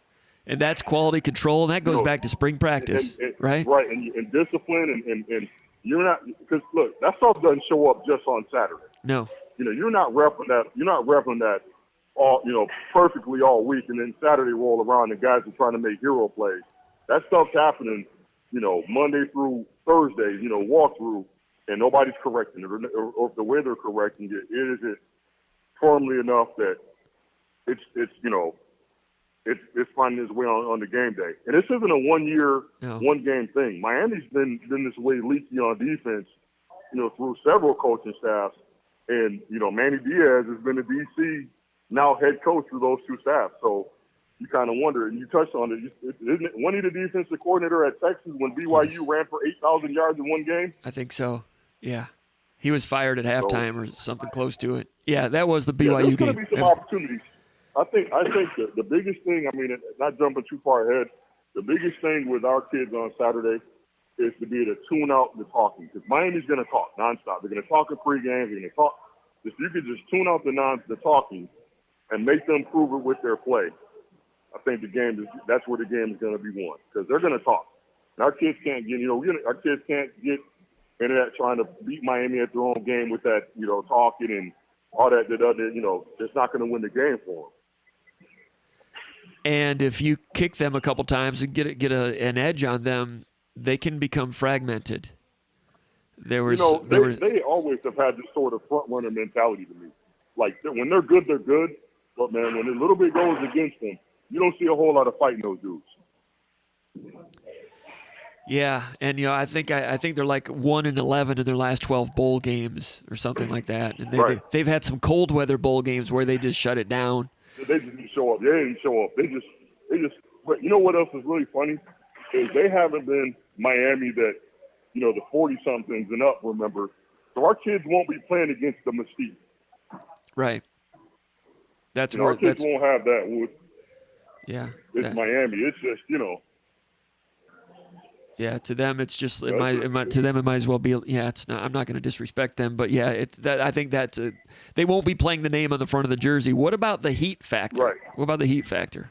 That's going to be the humidity and all that. Well, you know what? Here's the thing. Tucker and them. It seems like now, looking back, they were planning for this when they played everybody as many snaps as they had the last couple of games. Yes. Because you can't go out there and play your starters against Northwestern and play your starters against Youngstown, then roll into Miami and try to play 15 guys, and 8 of them haven't played yet. Right. So I think they were preparing for this. They were going to have to rotate a lot of people. So when they're rotating guys in, it won't be their first time in the lineup. And the corners, that's one, when they played Northwestern and they were playing a lot of Michigan State was playing a lot of second stringers in the defensive front seven. I thought the Miami game then, but what was peculiar is they played so few defensive backs, second stringers against Northwestern. And going into the Youngstown State game, one of the keys of the game, I was like, well, they'll get a chance, I would assume, to play more second stringers in the back end, which they did. As a matter of fact, they started Chester Kimbrough at one of the corners ahead of Ronald Williams. They've got a good competition going there. But in the meantime, you've got a couple of guys that are competing with one another, but they're teammates, both capable of playing solid football. But you go to Miami, and they may only play half the snaps, which can be a positive. And over there at safety, Sure. they're still looking for other safeties. You got Angelo Gross in there. You got Xavier Henderson. I think they're looking for some other safety help. Emmanuel Flowers has been out there at nickel a little bit. Can both of those safeties hang that long? Maybe they can. They've moved Kendall Brooks in there, a guy that I know you've been kind of high on, and I thought he looked pretty good, number 33 here and there.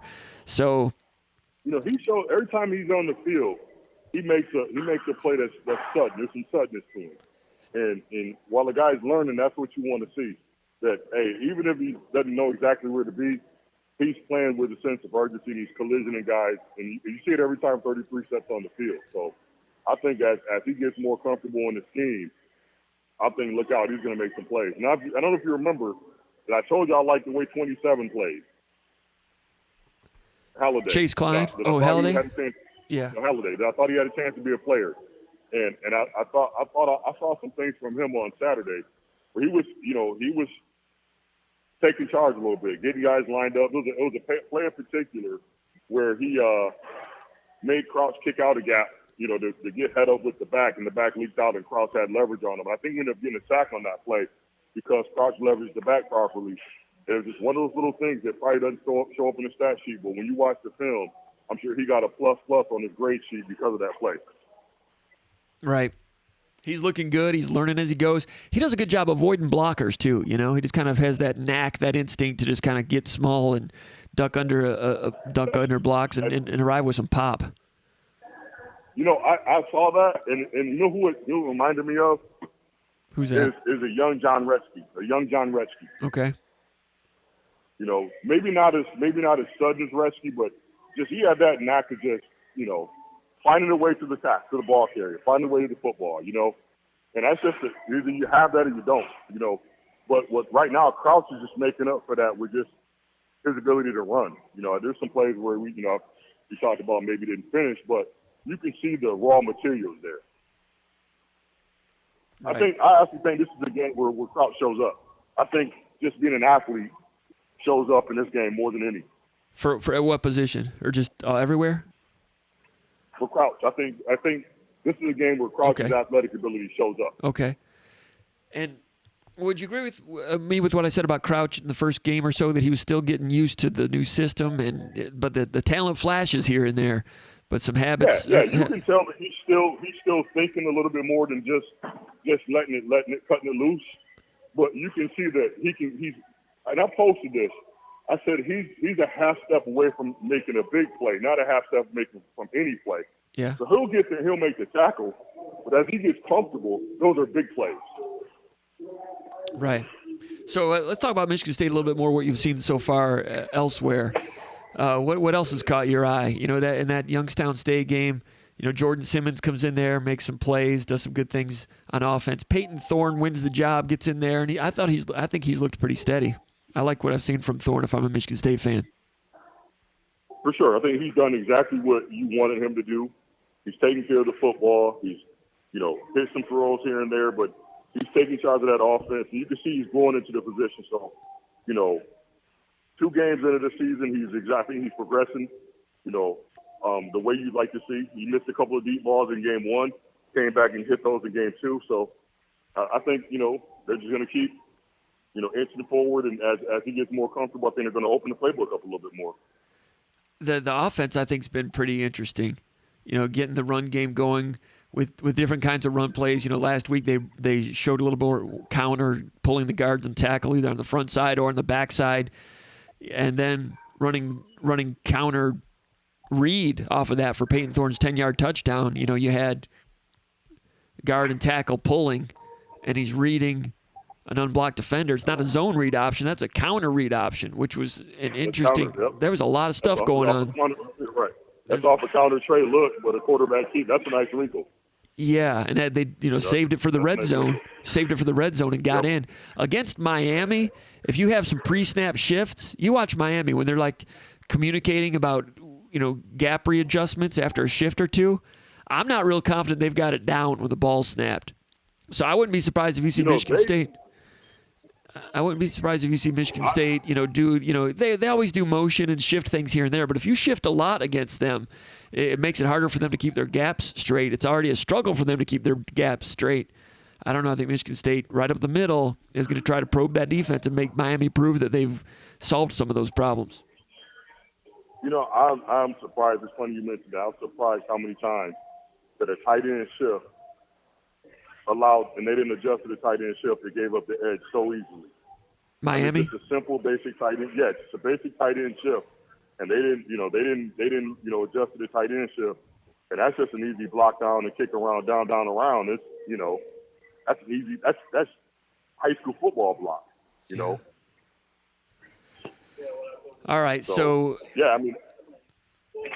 So Michigan State's got a chance. I mean, do you expect Miami to stay that problematic? It's not like Michigan State is mistake-free. No, I mean, they're going to clean it up. Listen, they're going to clean it up, and but here's the thing: if let's just put it like this.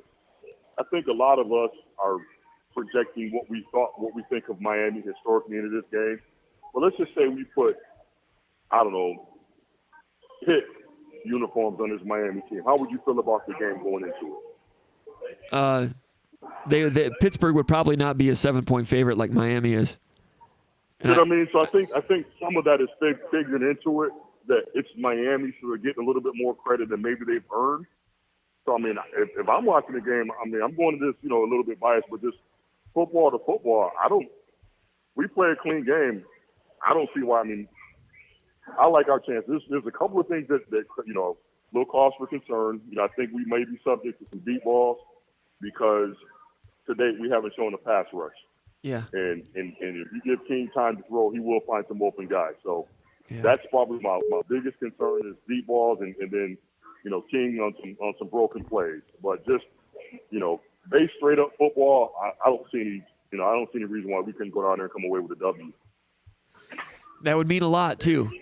And you start hearing some of the national talk shows right now saying, I'm looking forward to Miami, Michigan State to see if Michigan State is further along than maybe we thought. I mean, Michigan State's getting some respect from a lot of national pundits that are out there. There's not as many national pundits as there used to be. It's a small focused group, but Michigan State people are starting to notice a little bit, and they can really gain a lot of notice with this one because, like you said, Miami had a lot of preseason attention and some hype, but attention. Everybody was looking at that Miami-Alabama game as a season opener, and with that on the coattails, they know what Miami's about, and Michigan State's got to go down. It has a chance to go down there and do something.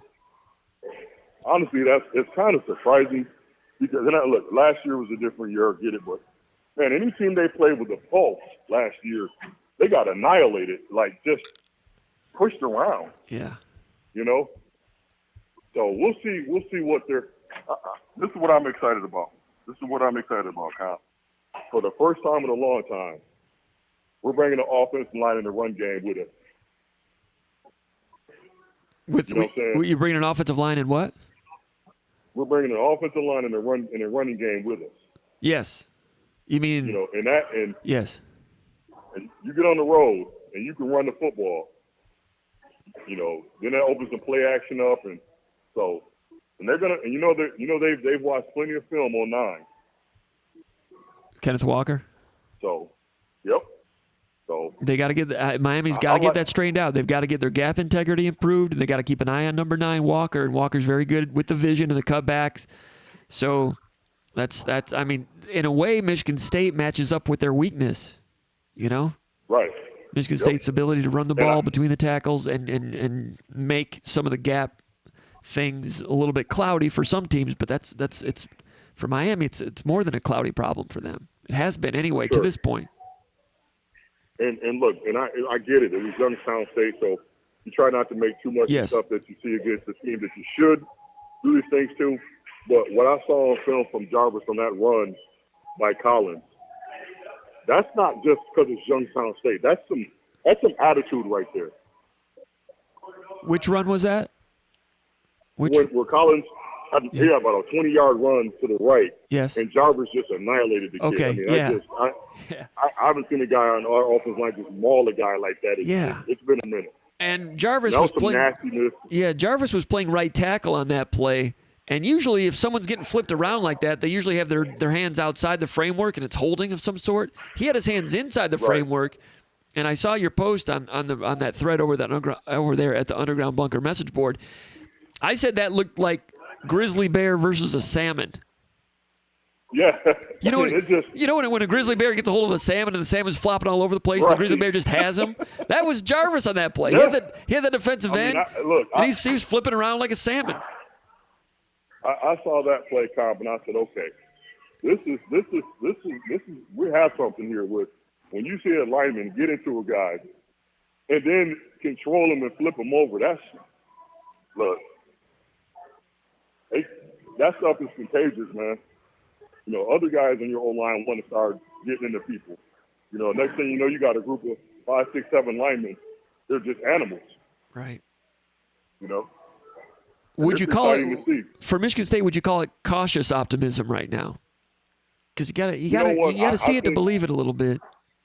No, I think it's what Tucker said. We just gonna go and play our game and tell our story. And every game is it takes on the life of its own. And I think you should go out there and feel confident that you put the work in, that you're a good football team. I don't think you should be afraid of that. I think there's a lot of Michigan State players that feel good about themselves individually and the physical improvements they've made, and they're starting to see that show on the field.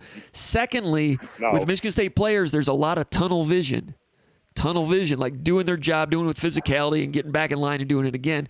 In a small microcosm, That's why that first play of the season stood out to me. Not that because Kenneth Walker went 75 yards for a touchdown. It was that block by Jaden Reed. It was 2 blocks. Yep. It was that tunnel vision. Right. I hit this guy. Now I got a chance to go get another guy. Tunnel vision. Go get a linebacker. That's a wide receiver stalking a linebacker. That's usually not something wide receivers go. What's that? Yeah. That's what when that's winning football culture. Yes, culture. I know culture. Fans get upset. Yes. And I know some fans get upset when Tucker talks about, the culture. But little stuff like that, even Hayward on the touchdown run, he went and blocked 2 guys. Goal line, yeah. That's what he's talking about. Like tunnel vision. If you got a chance to make an extra play that's going to get us an extra yard or make the play. And not only that, Ron, it's not make a play, it's you better make a play. Absolutely. It's expected of you. This is what we do here, or you're not going to be here. And then you get players like that all over the field doing it. And it's easy for me to see a guy block a guy twice, but there's a million things going on internally that I'm not going to pick up on that are also tunnel vision, task-oriented, attention to detail. All those cliches, you can say them in a press conference, but he's getting it done. He's bringing that blueprint and adding to it and getting it done. I'll tell you something else that feeds that. When a guy scores and you see guys just as happy for the guy that made the block as you are guys that made the touchdown.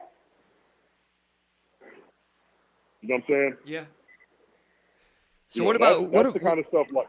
Now, what about defense in the back 7? There's been some leaks back there. Angelo Gross has things to learn. You talked about Crouch earlier. What do you see going on with their learning curve right now? I saw it was the touchdown play against Youngstown.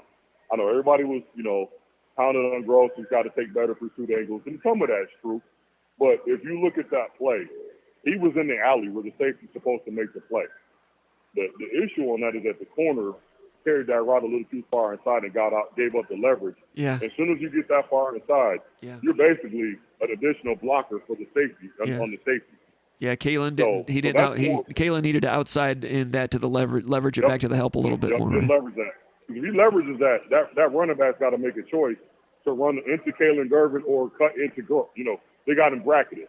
But the second you get that far inside and he can flank you, now the safety's useless. So some of that is just, structure. And, so I think those are things you can clean up in practice. I think Gross is just learning how to play from center field. I mean, just, you talked about baseball earlier. If you take a right fielder, you put him in center field, he's going to have some growing pains on how to track the ball out there, in the gaps. And I think that's the same thing that's happening with Gross. But, those guys are tackling in space. Listen, if you give up an 18-yard play, you get the guy down to get back in the huddle. We still got a chance in that drive. So, and that's what's happening. They've given up a couple of plays, but man, they've forgotten about it and played the next play. That's something Saban's talking about all the time. Play the next play, and you hear Tucker say the same thing. Hey, play the next play. Play the next play. And I think our guys are doing a good job of that. But yeah, I think overall the back 7, we'll settle in on a group, and those guys will get more comfortable, with the technique.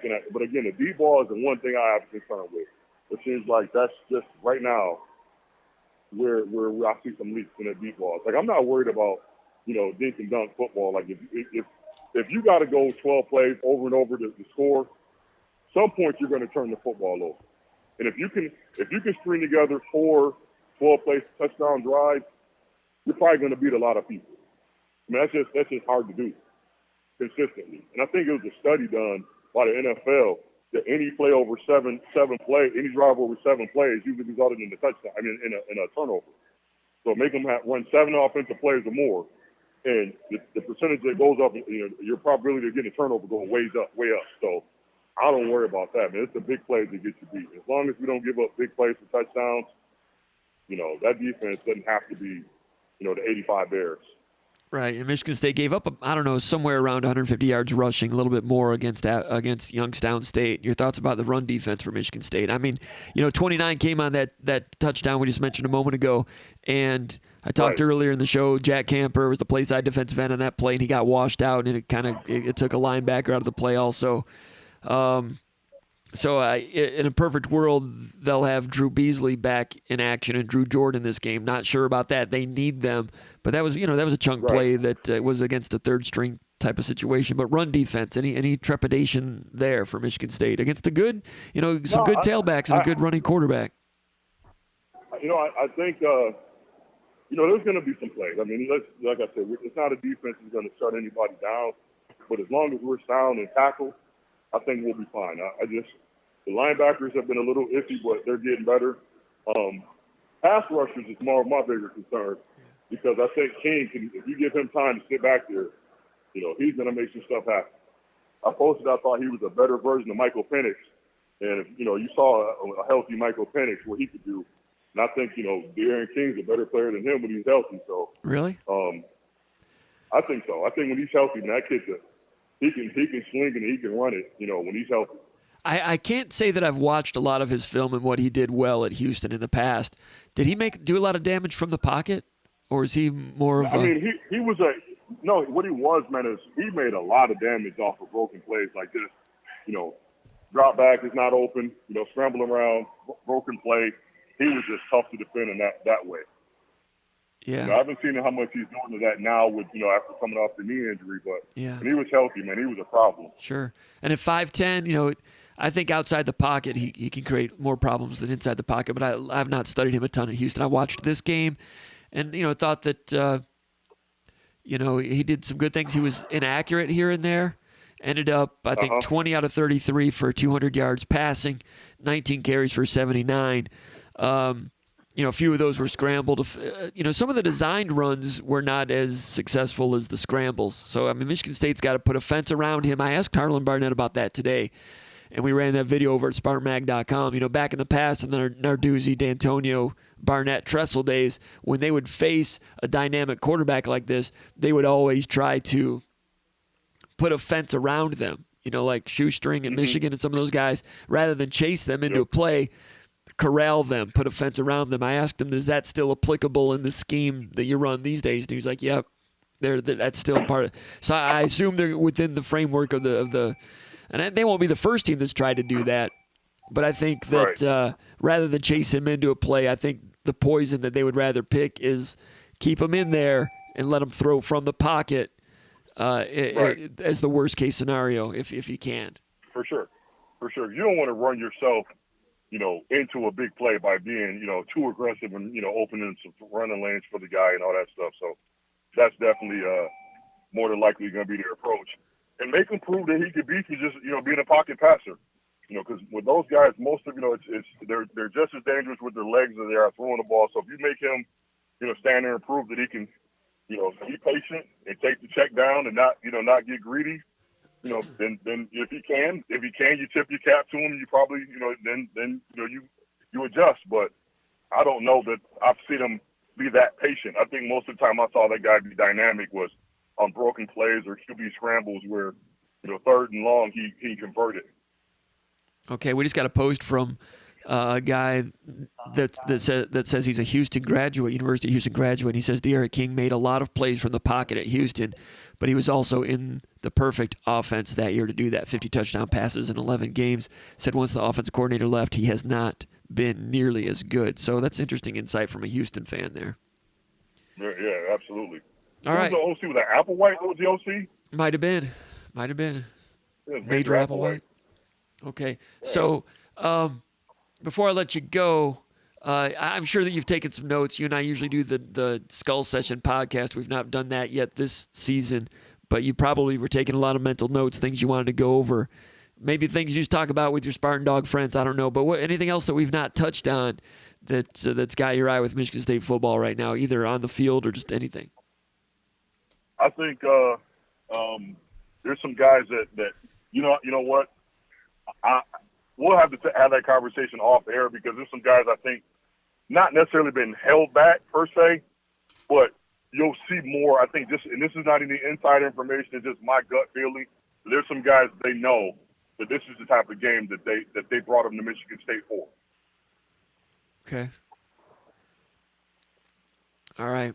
Do not be surprised. There's some guys that, fans have been waiting to see that, come Saturday, like, oh, okay, that's why we brought him here, for games like this. Right.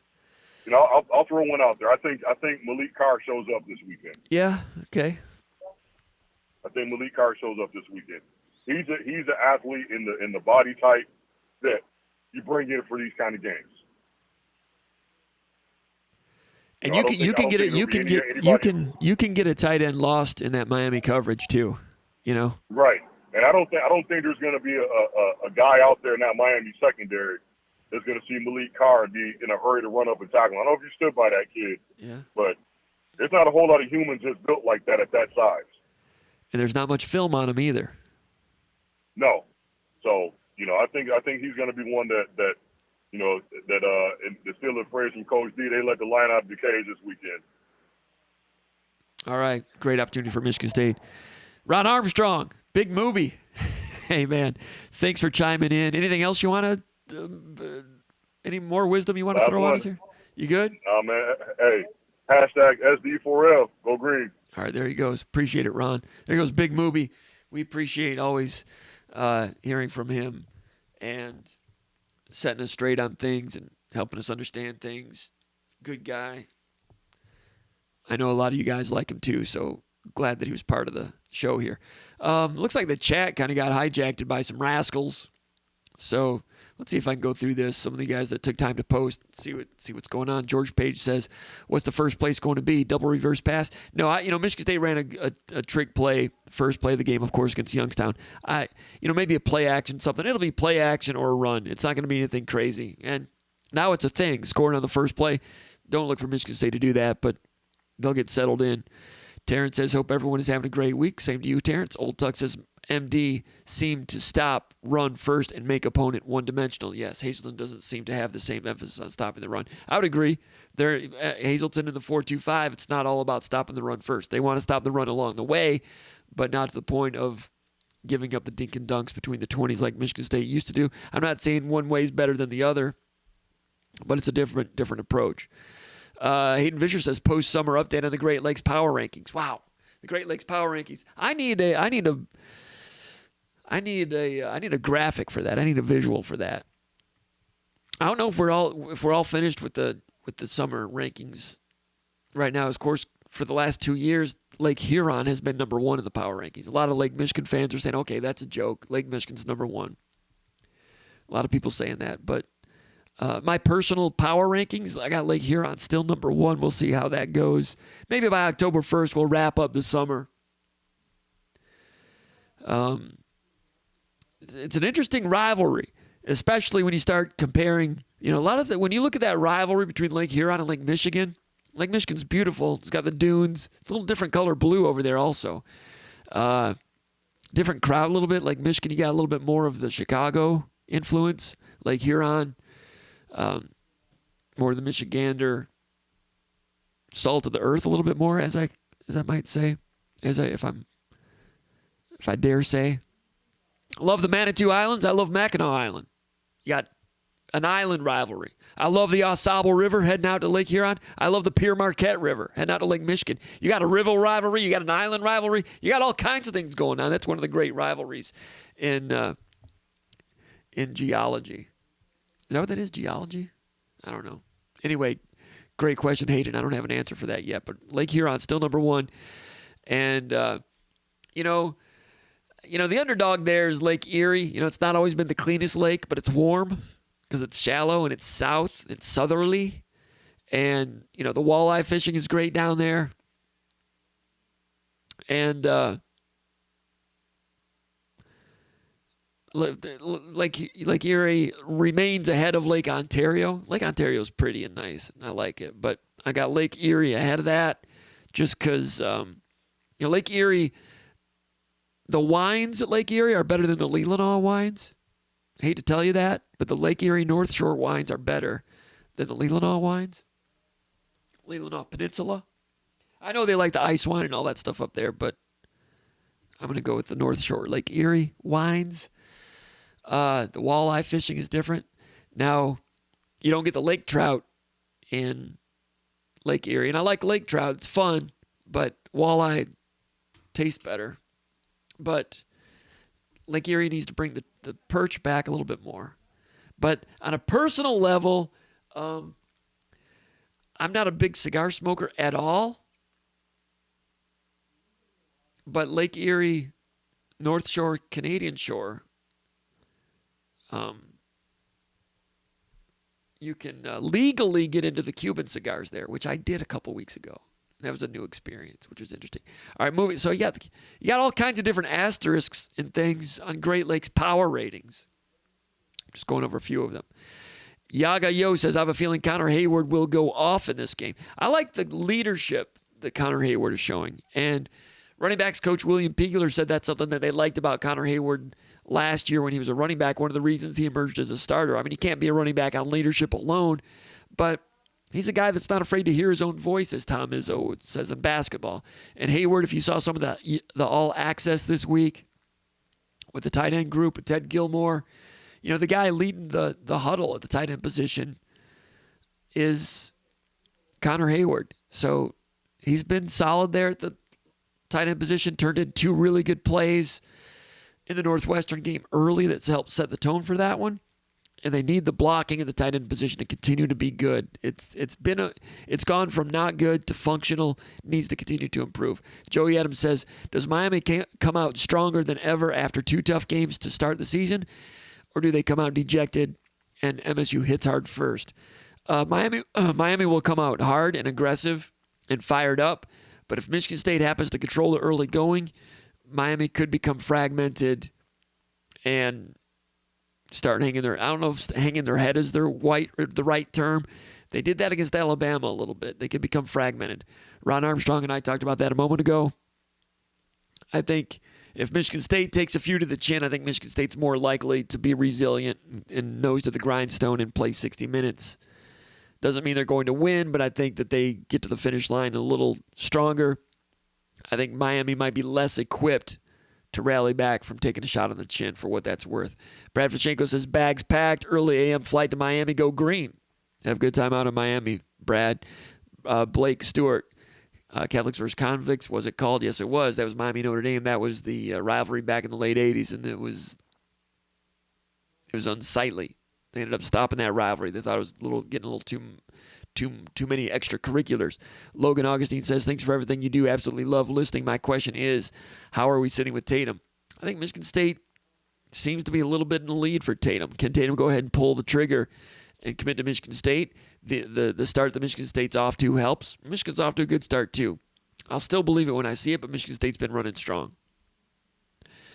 Hayden Fisher says, give Comp a like, would you? Thank you. We've also got a bunch of thumbs downs today. 9 thumbs downs. Is that a plural? Those thumbs down, those wouldn't be from Wolverine fans, would they? No. The trolls that we had earlier? Glad we matter that much to them. Detroit Spartan says, it's very difficult to see the opposite side when you're scrambling. Absolutely. We talked about that earlier. Nearly impossible, yeah. That pertains to a question we had in the earlier today from the mailbag portion of the program. Detroit Spartan says Thorns Reed's decisions have been pretty damn good for a young quarterback. I would agree with that.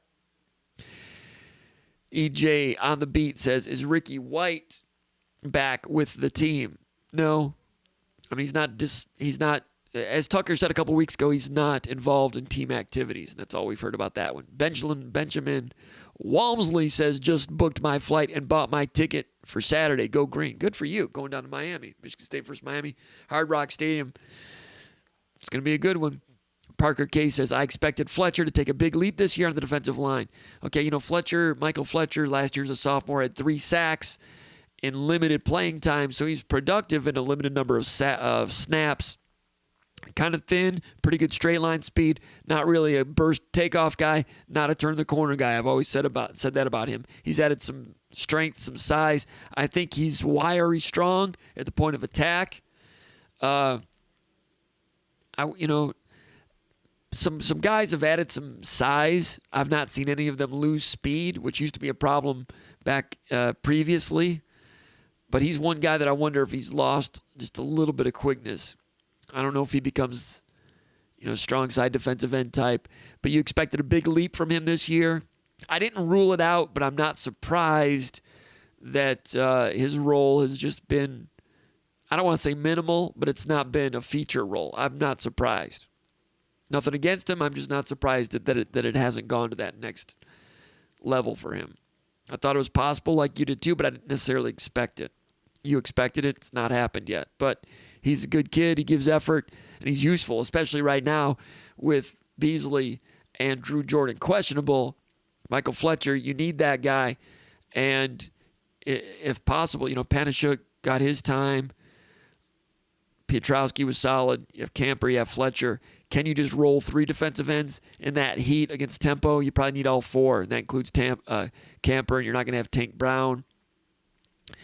Hayden Fisher says, speaking of Tank Brown, he says, Tank Brown posted an Instagram story today with what looked to be an ice pack on his knee while riding a golf cart. Well, that's probably why he's out. And Mel Tucker said that he was going to be out. And when I heard that, I was like, wow, I wonder what that's about, because Tucker's been kind of guarded about injury information, but in this case, that would line up with what Tucker said. Tucker said he would not play in this game. And to my knowledge, that's the first time Tucker has, if he said he's not playing and it's because of injury, and as you mentioned, that photo that Tank Brown put on Instagram, it's got to be about the injury. So that's the first time Mel Tucker has told us that someone is out and it's been an injury. Although Tucker didn't say it was because of an injury, it sounds like it, but that's interesting because Tucker's been around for 2 years. We are still getting a read on him and what that's all about. Ricky White, Jeff Blanche says Ricky White was on the sidelines. When do we see him in a uniform? That's a great question. Still with the program. That's team activity. He was involved with it. I didn't see him on the sideline. You did. I've heard some other people talk about that. It's a curious situation, but he's still around. So I'm not sure what the next chapter is. Detroit Spartan says, we've been without Jalen Hunt, our best defensive lineman, for the most part, and Slade is not 100%. That's one of the reasons defensive tackle has not been as good as I expected it to be. Can they get Hunt back this week? That they would need him. They tried to play him last week. It didn't work out. Would they have been better off not playing him at all and letting that recover more? Maybe. I'm not a doctor, but they need where they thought Jalen Hunt was going last year and where he was headed before the injury. They need to get back on that track. That would be one of the things that could push this team to go from, pretty good to good. Need that inside. Detroit Spartan says, good for you, prepared to get humbled by Ohio State. Oh, he's jabbing a little bit with a out of little rivalry going on in the chat. Gordon Tenona says, are any players out with COVID? Great question. Some players were out last week, and what they told the broadcast crew was they were out for medical reasons. That was Beasley, and I'm not sure if Jordan was in that category either, but it's not been reported that way. I've not heard that from insiders or outsiders, but I wouldn't doubt that's the case. Parker K says Youngstown State could have beaten Washington. That would have been a pretty good one.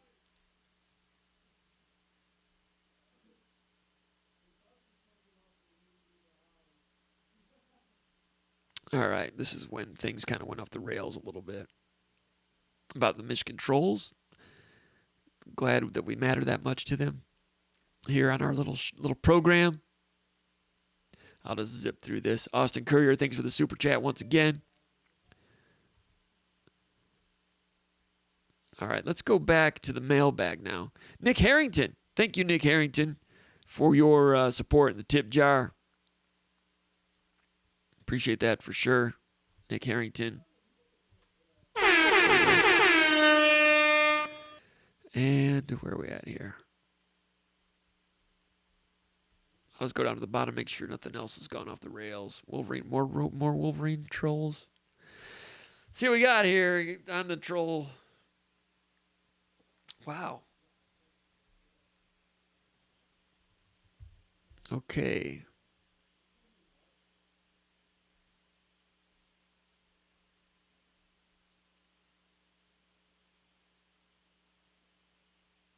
Well, I just banned somebody, and maybe I shouldn't have, because he seems to be familiar with the show. He did say that he does not like the... I guess I'll unban him for now. What's it say if you're going to be too...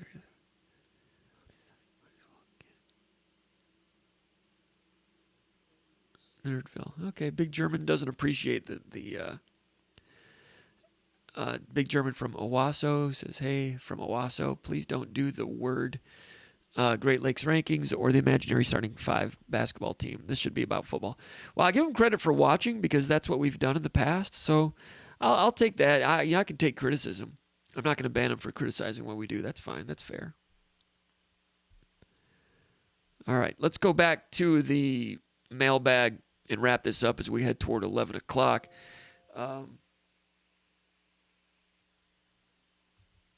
Well, I've not done the starting 5 for this one, so Big German must have watched some of our other podcasts. So, I don't know.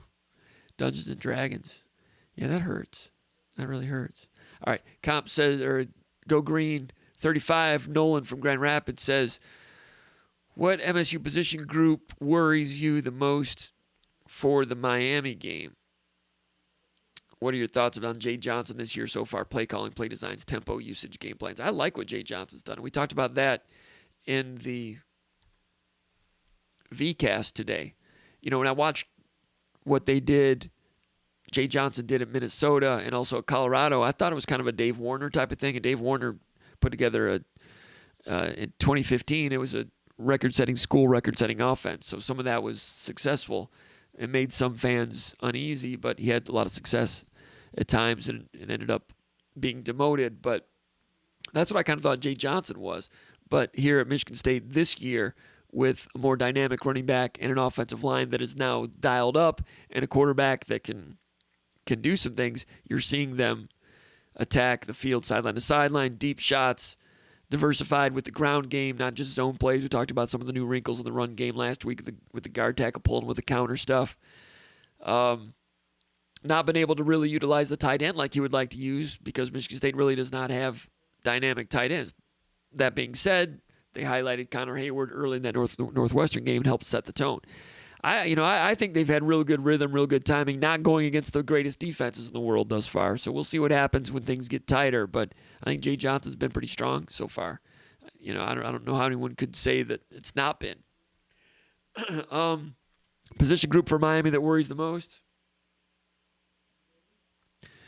With Miami, like Ron Armstrong said, the deep pass capabilities. Even though Miami's not done a lot of that this year.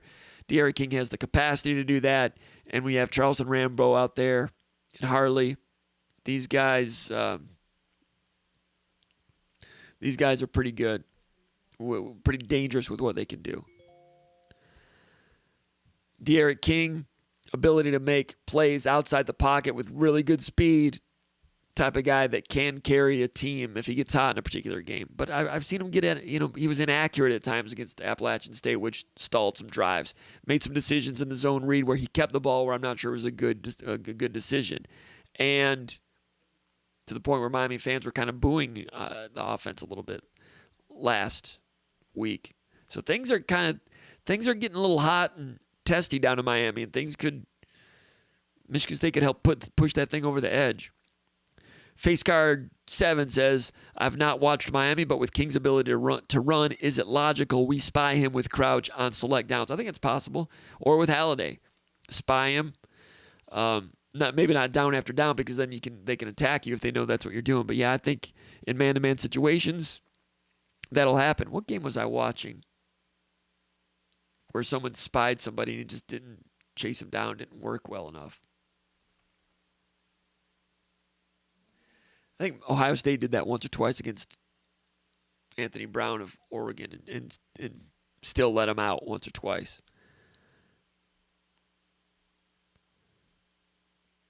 T. Gibson says, hey, comp, Terrence from Rochester, New York. I think Terrence is the guy that's posted here tonight. First, thanks to you and your staff for all that you do for the Maggers. Second, what do you think Hazelton and Mel Tucker's strategy will be for manufacturing pressure against Miami this weekend? With the injuries on the defensive line and lack of difference makers on the edge, I expect the defense will have to be creative in that regard. Your thoughts? I agree. Michigan State's, when they've tried to get pressure this year, they've had to bring blitzes. Michigan State's not done a lot in terms of zone blitzes yet. You've not seen defensive ends drop into coverage. Could that happen in this game? Sure. But yeah, they're going to have to bring, blitzes, on third downs. Michigan State likes to put those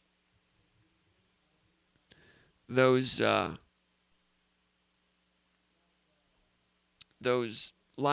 over the A-gaps and threaten to blitz. They don't always come on the blitz, but they threaten it. However, Youngstown State one time ran the ball up the middle on it, because when Michigan State brings the linebackers into the A-gaps and they might drop, if there's a 50% chance they're going to drop. Meanwhile, Michigan State's put their defensive tackles out at 5 techniques pretty much, or 4 eyes, or they're out wider. And Youngstown State one time on like 3rd and 11 or 3rd and 10 saw those 2 linebackers up the middle and ran the ball up the middle against the linebackers were bailing and ended up getting a big gainer. I think they got the first down on a 3rd down run that way. So you got to change it up and change your tendencies, which they do.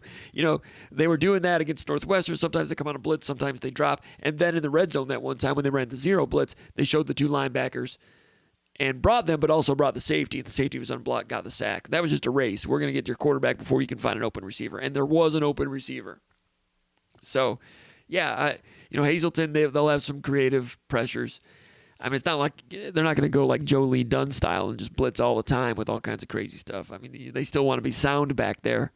But that'll be part of the package, especially, like you said, because they don't have great pass rushers. Michigan State does not. However, like we said when we talked to Ron Armstrong, you don't want to blitz the guy and chase him into a play. More importantly, in this game, it's going to be to put a fence around him and keep him in the pocket. That's my guess. Preferred walk-on. Tony from Detroit says, have you had a chance to watch Miami? Are there any weaknesses you think our offensive staff can exploit on Saturday? We talked about this earlier in the podcast. That question was posted earlier today, but we've already talked about it. Yeah, Miami's a one-gapping team, and they get undisciplined. They'll have people jump gaps and leave gaps unhosted. Gap integrity is a problem for them. That's a discipline thing. That's a quality control thing. A team that can run up the middle, can find some daylight, which Michigan State's been pretty good at, can get some chunk plays. I'm not saying it's going to be a problem for them down after down after down, but in order to be a good run defense, you shouldn't have a gap problem. You try to go a whole game without a gap problem like that. Miami against Appalachian State, I counted at least 6 or 7 plays where they had gap assignment errors. And you'd see App State run with the middle, had one for a touchdown on, I think, a 4th and 2. 30-yarder got out. Paul from Fenton says, after your comment on the board yesterday saying after watching Miami tape you think Michigan State should be favored to win this game, what are your specific areas that Miami is showing leaks or slippage that Michigan State should be able to exploit? Just like I said a minute ago, gap integrity up front. And then, in pass defense, they just turn receivers loose. You got him. I thought you had him. You thought I had him. Open touchdown. Just a little red zone communication problems. So it's a combination. That's just not a good combination to have all that stuff going on, and it's a lot to fix in 3 practice days. Because you have film and things for the whole practice week, but you're really only on the field for maybe 3 solid days. And Manny Diaz at Texas and earlier at Miami, his defenses have never been great, and he's coordinator of this outfit right now while also being head coach and distractions going on. It's not looking, there's some loose screws going on there. MSU DeBest is his name. His real name is Nick from Milwaukee. He says, 2 questions for you about linebackers. He says, is there a linebacker combination that you think would be better than the current starting duo of Cal Haladay and Quavaris Crouch based on what you've seen, such as Haladay and Van Sumeren or Haladay and Klein, or is the current starters, are they the best combo? Good question. I think, I can't argue with Crouch and Haladay. Crouch is coming along. Halladay's coming along. Klein is solid. Van Sumeren had a little bit of a slow drop once on a 3rd down conversion, but the next time dropped better and reacted better the next time he had a chance. Van Sumeren gives you something. Noah Harvey gives you something. Klein gives you something. But I can't argue with Haladay and Crouch being the starters, but there's still competition there, which will bring out the best in those guys. He says, I know you mentioned, this is still Nick from Milwaukee. He says, I know you mentioned that Michigan State did more 1-gapping against Northwestern and more 2-gapping against Youngstown State. It seems that Youngstown State game run defense was not as good. Do you think this was a result of more 2-gapping or injuries on the D-line? Injuries on the D-line had something to do with it. I'd have to go back and chart some of those chunk runs. The quarterback keeper was a big part of their run offense, so that was part of it also, and he was kind of difficult to stop in that regard. Tailback runs, they had the 29-yarder that got out. That was a corner leverage situation, and the defensive end getting swept out of there. Not so much Angelo Gross. Angelo was just playing it aggressively, but there's a talking to Barnett about it today. There's kind of a, I don't know if I'd say fine line there, but there's a happy median between knowing that you're the last line of defense and not being overzealous. I don't know where, I wouldn't know what the happy median is there, but there's one in there somewhere that you try to achieve. Mall 289, he's from South Philadelphia, if I'm not mistaken. He says, thanks, Comp. I love the film work last time out here on the Mag Live. He says, if you could scheme up a D to slow down King, what would you do? Would you spy him with Crouch or Dowell? I assume blitzing will be a slippery slope. Good points about those. I go back to the building that Narduzzi fence around him. That's going to come into play sometimes. Michigan State's been aggressive, changing pictures, different blitzes, different pressures, 1 deep. Do they keep doing that, or do they get a little bit more zone oriented for this one? I'm not sure. I really don't know what the best way to operate is. I'll be intrigued to see what Michigan State's choice is in that regard. I don't have a great answer for you on that. But I think keeping him in the pocket, letting him throw from the pocket at 5'10", you'd rather have that than chasing him out of the pocket and let him do things on the run.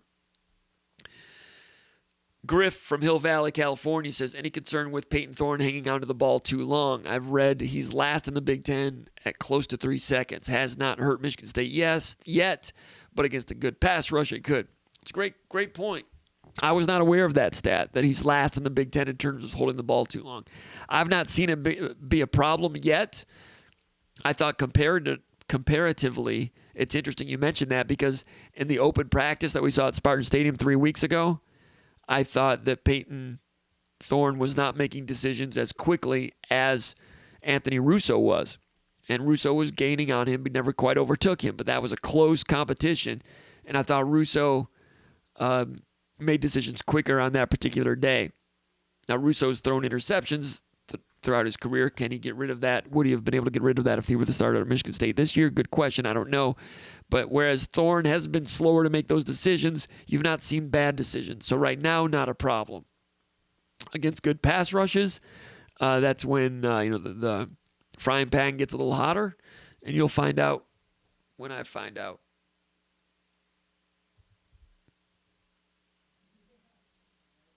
Matthew Johnson says, over here in the chat area, he says, play like Iowa, conservative zones, and let them make the mistakes. That's one way to approach it. And I think that's going to be part of the game plan that's in it. Whether they start with that, I don't know, but you go to that at some point. That can be an adjustment you can make. And those zones will keep an eye on scrambles a little bit better. Might give up some intermediate passing. I'm not sure that's Miami's strength.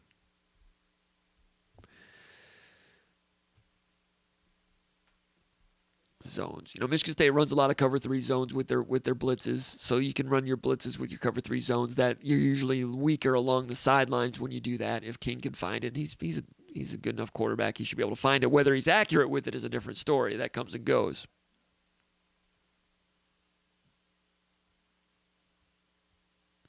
I think we did ban the webcams chat. I tried to ban it. Anyway, thanks, Blair. Comp says, perusing Miami's boards, it's pretty clear that a lot of Miami fans are not happy with De'Aaron King so far. I've not seen him a lot pre-injury. What do you see on tape? We talked about this earlier also. He did a lot of great things at Houston, and I've seen highlights and heard about him. Frankly, I haven't had a chance. The Appalachian State game was the first time I've watched him play like all 4 quarters of a game, and I expected more from him. You know, he's coming back from injury. I got a lot of respect for him. You see some speed when he tucks and runs. He's got some quickness, strong arm, but that arm can scatter shots sometimes. The decision-making on zone read and RPOs, sometimes I'm not sure he makes the right decisions there. I'm sure he's made great decisions over the years with 10,000 yards of total offense. But I just thought he was just kind of, in that game, he was just kind of okay. That being said, watch Michigan State go out and see a De'Aaron King who just looks outstanding. I don't know. But pretty good. I'll have to go watch some more. And that'll just about do it. I appreciate everybody checking in. Salim says, is Russo healthy? If not, is Noah Kim the backup? That's a great question. Russo was seen coming out of the stadium on Saturday with one of his legs in a protective boot. And Tucker was asked about it, and Tucker said he's okay.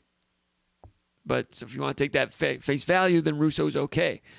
But Noah Kim is a pretty good third stringer. He's never played a down of college football.